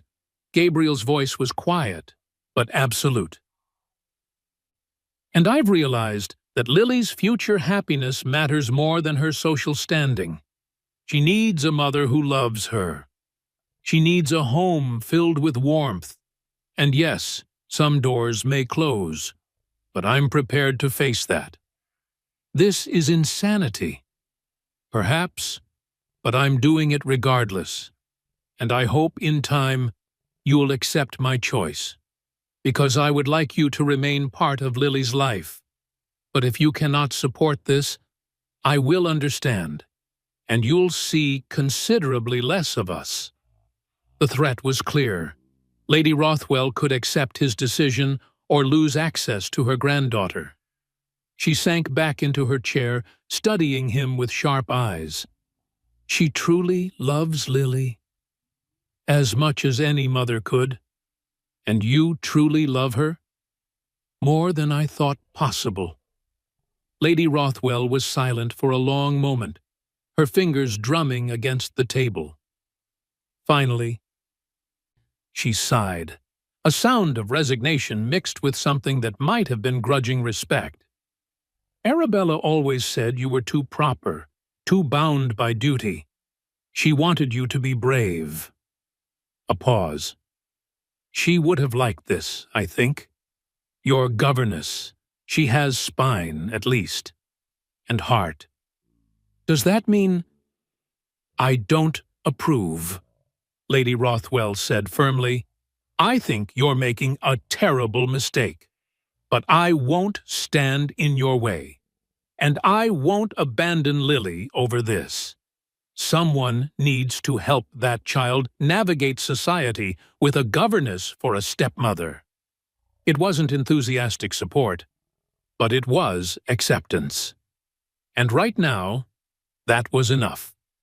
Gabriel found Eliza in the schoolroom with Lily. The child was noticeably brighter this morning, sitting up straight, working through her mathematics with something approaching her old enthusiasm. She looked up as he entered, and her smile was tentative but real. Papa, look, I've solved the problem Miss Thornton set me. Excellent work, darling. He turned to Eliza, who was watching him with guarded hope in her eyes. Lady Lily, may I borrow Miss Thornton for a walk? Lily's eyes went wide. You're not angry anymore?" "I was never angry, little one. Only foolish. May I?" "Yes, Papa." The child's smile blazed now, brilliant as sunshine. Gabriel extended his hand to Eliza. She took it with trembling fingers, and they walked together through the house in silence. Down the stairs, through the corridors, out into the winter garden, where frost still glittered on the restored beds. The morning sun illuminated everything, the plants they'd saved together, the pathways they'd cleared. The evidence of love and care that had brought beauty back from neglect. Gabriel turned to face Eliza, taking both her hands in his. "I spoke with Lady Rothwell and my solicitor." His voice was steady despite the racing of his heart. If you'll have me, I'm asking you to marry me, properly, not because it's convenient, not just for Lily, but because I love you, because I want to build a life with you." "Gabriel, I still fear. I know, so do I. There will be scandal. Some doors will close. Society will gossip viciously." He squeezed her hands gently. "But other doors will open, doors to a life filled with love and genuine connection. And honestly, Eliza, I'd rather have one real friend than 100 false ones. I'd rather be happy with you than miserable with society's approval." "You're sure?" Her voice was barely a whisper. "I've never been more sure of anything." Tears filled Eliza's eyes, but she was smiling, truly smiling, for the first time in days. "Then yes, I'll marry you." Gabriel pulled her into his arms, holding her as though she were the answer to every question he'd ever asked. For the first time since Arabella's death, he felt complete. "Shall we tell Lily together?" They returned to the schoolroom hand in hand. Lily looked up from her work, her eyes going wide at the sight of them. Gabriel lifted his daughter onto his lap, Eliza kneeling beside them so they were all at eye level. "Lily, darling, how would you feel if Miss Thornton, if Eliza, stayed with us forever?" "Forever and ever?" The child's voice was breathless with hope. Eliza took Lily's small hand in hers. "Forever and ever. I'm going to marry your papa, and I'll be your mama. If that's all right with you." For a moment, Lily was absolutely still, as though afraid that moving might shatter the dream. Then her face transformed, pure joy radiating from every feature. "You'll really be my mummy? My real mummy?" "I'll really be your mummy." Lily threw her arms around Eliza first, then reached for Gabriel, pulling them all together into an embrace that felt like coming home. "I love you, Mummy. I love you, Papa." "We love you too, darling," Eliza whispered, tears streaming down her face. "So very much." In the doorway, Mrs. Pemberton watched with glistening eyes, dabbing at them with her handkerchief. A family. Finally, blessedly complete. That evening, Gabriel sat at his desk, writing letters to his peers, formally announcing his engagement to Miss Eliza Thornton. He didn't apologize. He didn't explain or justify. He simply stated the facts with quiet dignity. Some responses, he knew, would be cold, others might be warm, but as he sealed each letter with his ducal crest, he felt lighter than he had in years. The weight he'd carried since Arabella's death had finally lifted. In her room, Eliza sat at her small writing desk, penning her own letter. "Dearest Sarah, you were right, dear friend. I was protecting my heart by deciding happiness was impossible. But it turns out, love is worth the risk. It's worth everything. I'm going to marry the Duke. Yes, there will be scandal. Yes, society will condemn us. But we'll face it together, Gabriel, Lily, and I. Wish me joy, Sarah, because for the first time in my life, I believe I deserve it. Your loving friend, Eliza. In the nursery, Lily slept peacefully, the blue ribbon from the Christmas fair tied around her doll's wrist. She dreamed of spring flowers in the winter garden, of laughter echoing through Ashford Manor's halls, of a family whole and happy, and hers. And in those dreams, two mothers smiled down at her, one in heaven, one soon to be bound by marriage vows, both loving her absolutely. The hard path still lay ahead, but they would walk it together, and that made all the difference. 3 months later, spring had transformed Yorkshire into a tapestry of green and gold, and on a bright April morning, the village church bells rang with particular joy. The church was full, though notably not with London aristocracy. The pews held villagers in their Sunday best, tenants from the estate who'd known Gabriel since childhood, household servants given the day off to celebrate. Sarah Hartley sat in the front row, beaming through happy tears. Mrs. Pemberton dabbed at her eyes with an embroidered handkerchief. And in the family pew, sitting with perfect posture and an expression of careful neutrality, was Lady Rothwell. She'd kept her word. She didn't entirely approve, that much was clear, but she was here, and that mattered more than Gabriel had expected. Several of Gabriel's true friends had traveled from their estates to attend, men who valued loyalty over society's approval. But the conspicuous absences spoke volumes. The Duke of Marlborough had sent regrets. Lord and Lady Pembridge had simply ignored the invitation. The scandal had taken its toll, just as they'd known it would. The organ began to play, and every head turned. Eliza walked down the aisle on the arm of the village schoolmaster who'd replaced her, a kind man who'd known her mother. She wore a simple dress of cream silk, elegant but not elaborate. She wasn't trying to be someone she wasn't. She was simply herself, a schoolmaster's daughter who'd somehow found herself about to become a duchess. Beside her walked Lily in a dress of pale blue, carrying a basket of spring flowers and radiating such pure joy that several guests found themselves smiling despite their tears. At the altar, Gabriel waited, and when he saw Eliza, his face transformed, all the cold formality that had defined him for 3 years melting away, replaced by wonder and love and gratitude. The ceremony was simple, heartfelt, conducted by the village vicar who'd baptized Gabriel and later married him to Arabella. The old man's voice shook slightly as he spoke the traditional words, but his smile was genuine. "Gabriel Sinclair, Duke of Ashford, will you take this woman to be your lawfully wedded wife?" "I will." Gabriel's voice rang clear and certain through the church.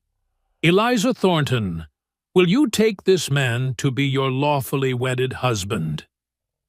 "I will." Eliza was crying now, but they were tears of joy, the kind that come when something you'd believed impossible becomes gloriously, undeniably real. "Then by the power vested in me, I pronounce you husband and wife. You may kiss your bride." Gabriel cupped Eliza's face in his hands and kissed her gently, thoroughly, while the church erupted in applause. "That's my mummy and papa!"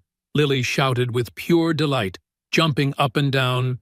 Laughter rippled through the congregation, warm and genuine, and utterly without judgment. The wedding breakfast at Ashford Manor was modest by aristocratic standards, but rich in warmth.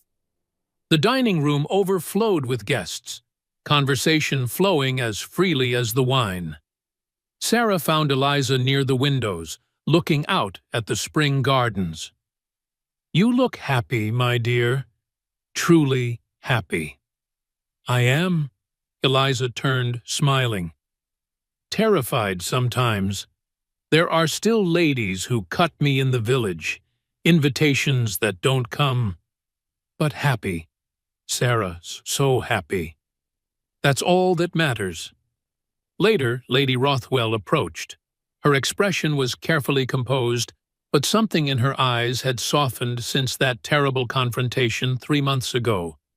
"Miss Thornton, forgive me, Your Grace. I must become accustomed to your new title." "Eliza is fine, Lady Rothwell. Duchess will do, but there was no sting in it. I won't pretend this is what I would have chosen for Gabriel. But you clearly love my granddaughter, and you've brought life back to my son-in-law's eyes. So, welcome to the family, Duchess." It wasn't warm, but it was genuine acceptance, and that was everything. "Thank you, Lady Rothwell." Eliza's voice was sincere. "I promise to honor Arabella's memory by loving her daughter as my own." Lady Rothwell studied her for a long moment. "See that you do," she said finally, but her hand briefly touched Eliza's arm, a gesture of connection, however tentative. As the afternoon waned, Gabriel and Eliza slipped away to the winter garden.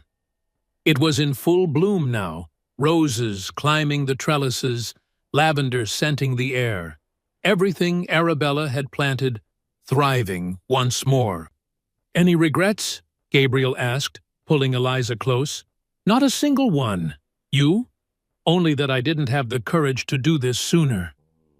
They kissed among the flowers, the spring sunshine warm on their faces, the future stretching before them, uncertain in its particulars but sure in its foundation.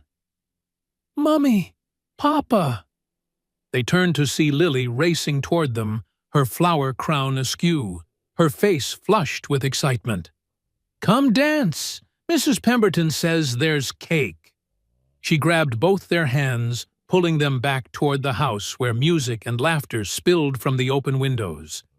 As they walked, the three of them silhouetted against the spring sunshine, Eliza felt a profound sense of rightness settle over her. My mother believed love was dangerous, a trap that would only lead to pain, she thought. And perhaps for her, it was.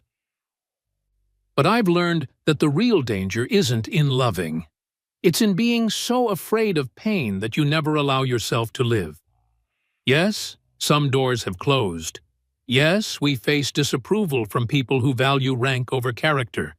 But we've gained something infinitely more precious. A family built on genuine love. A life lived with open hearts. Gabriel's thoughts ran parallel to hers. I vowed never to love again, believing it honored Arabella's memory. But I was wrong. The greatest way to honor someone you've loved is to keep your heart open, to let their legacy be love itself, continuing forward. Arabella taught me how to love. Eliza has taught me how to love again. And together, we're teaching Lily that love is always worth choosing, even when it's difficult. They reached the house where their guests were celebrating. Not the grand ton, but real people who truly cared for them. "Come on, Mummy! Come on, Papa!" Lily called, already racing ahead. Gabriel and Eliza followed hand in hand, a duke who chose love over duty, a teacher who chose courage over fear, and the child who brought them together. A family, imperfect but real, and that, they both knew, was more than enough. It was everything. And so, dear listeners, our story comes to a close. But perhaps yours is just beginning. If Gabriel and Eliza's journey touched your heart, if you found yourself hoping alongside them, crying with them, celebrating their courage to choose love despite the world's disapproval, then I have a small favor to ask. Please, take just a moment to press that like button It tells me that stories like this, stories of second chances, of walls crumbling, of love that conquers fear, are the ones you want to hear more of. Every like is a message that says, "Yes, Lyra, more of this, please." And if you're not yet part of our family here at Lyra's Romance Stories, click that subscribe button and ring the notification bell. Because I have so many more tales to share with you, stories of dukes and governesses, of forbidden love and hard-won happiness, of characters who must choose between duty and desire, between safety and the terrifying beauty of opening their hearts. Tell me in the comments, would you have had the courage to stay, as Eliza did? Or would you have fled to protect your heart? Have you ever had to choose between what society expected and what your heart demanded? I read every single comment, and your stories, your thoughts, your reflections, they inspire the tales I tell. New stories arrive every day, historical romances filled with longing and tension, with characters who feel real enough to touch, with love that is earned through struggle and sacrifice and courage. So subscribe if you haven't already. Hit that like button if Gabriel and Eliza's story made you believe in love again. And share this with someone who needs to hear that it's never too late to tear down walls, to risk your heart, to choose love even when it's the hardest thing in the world. Until next time, dear friends, remember, the greatest love stories aren't about perfect people in perfect circumstances. They're about imperfect people finding the courage to love anyway. I'm Lyra, and I'll see you in the next story.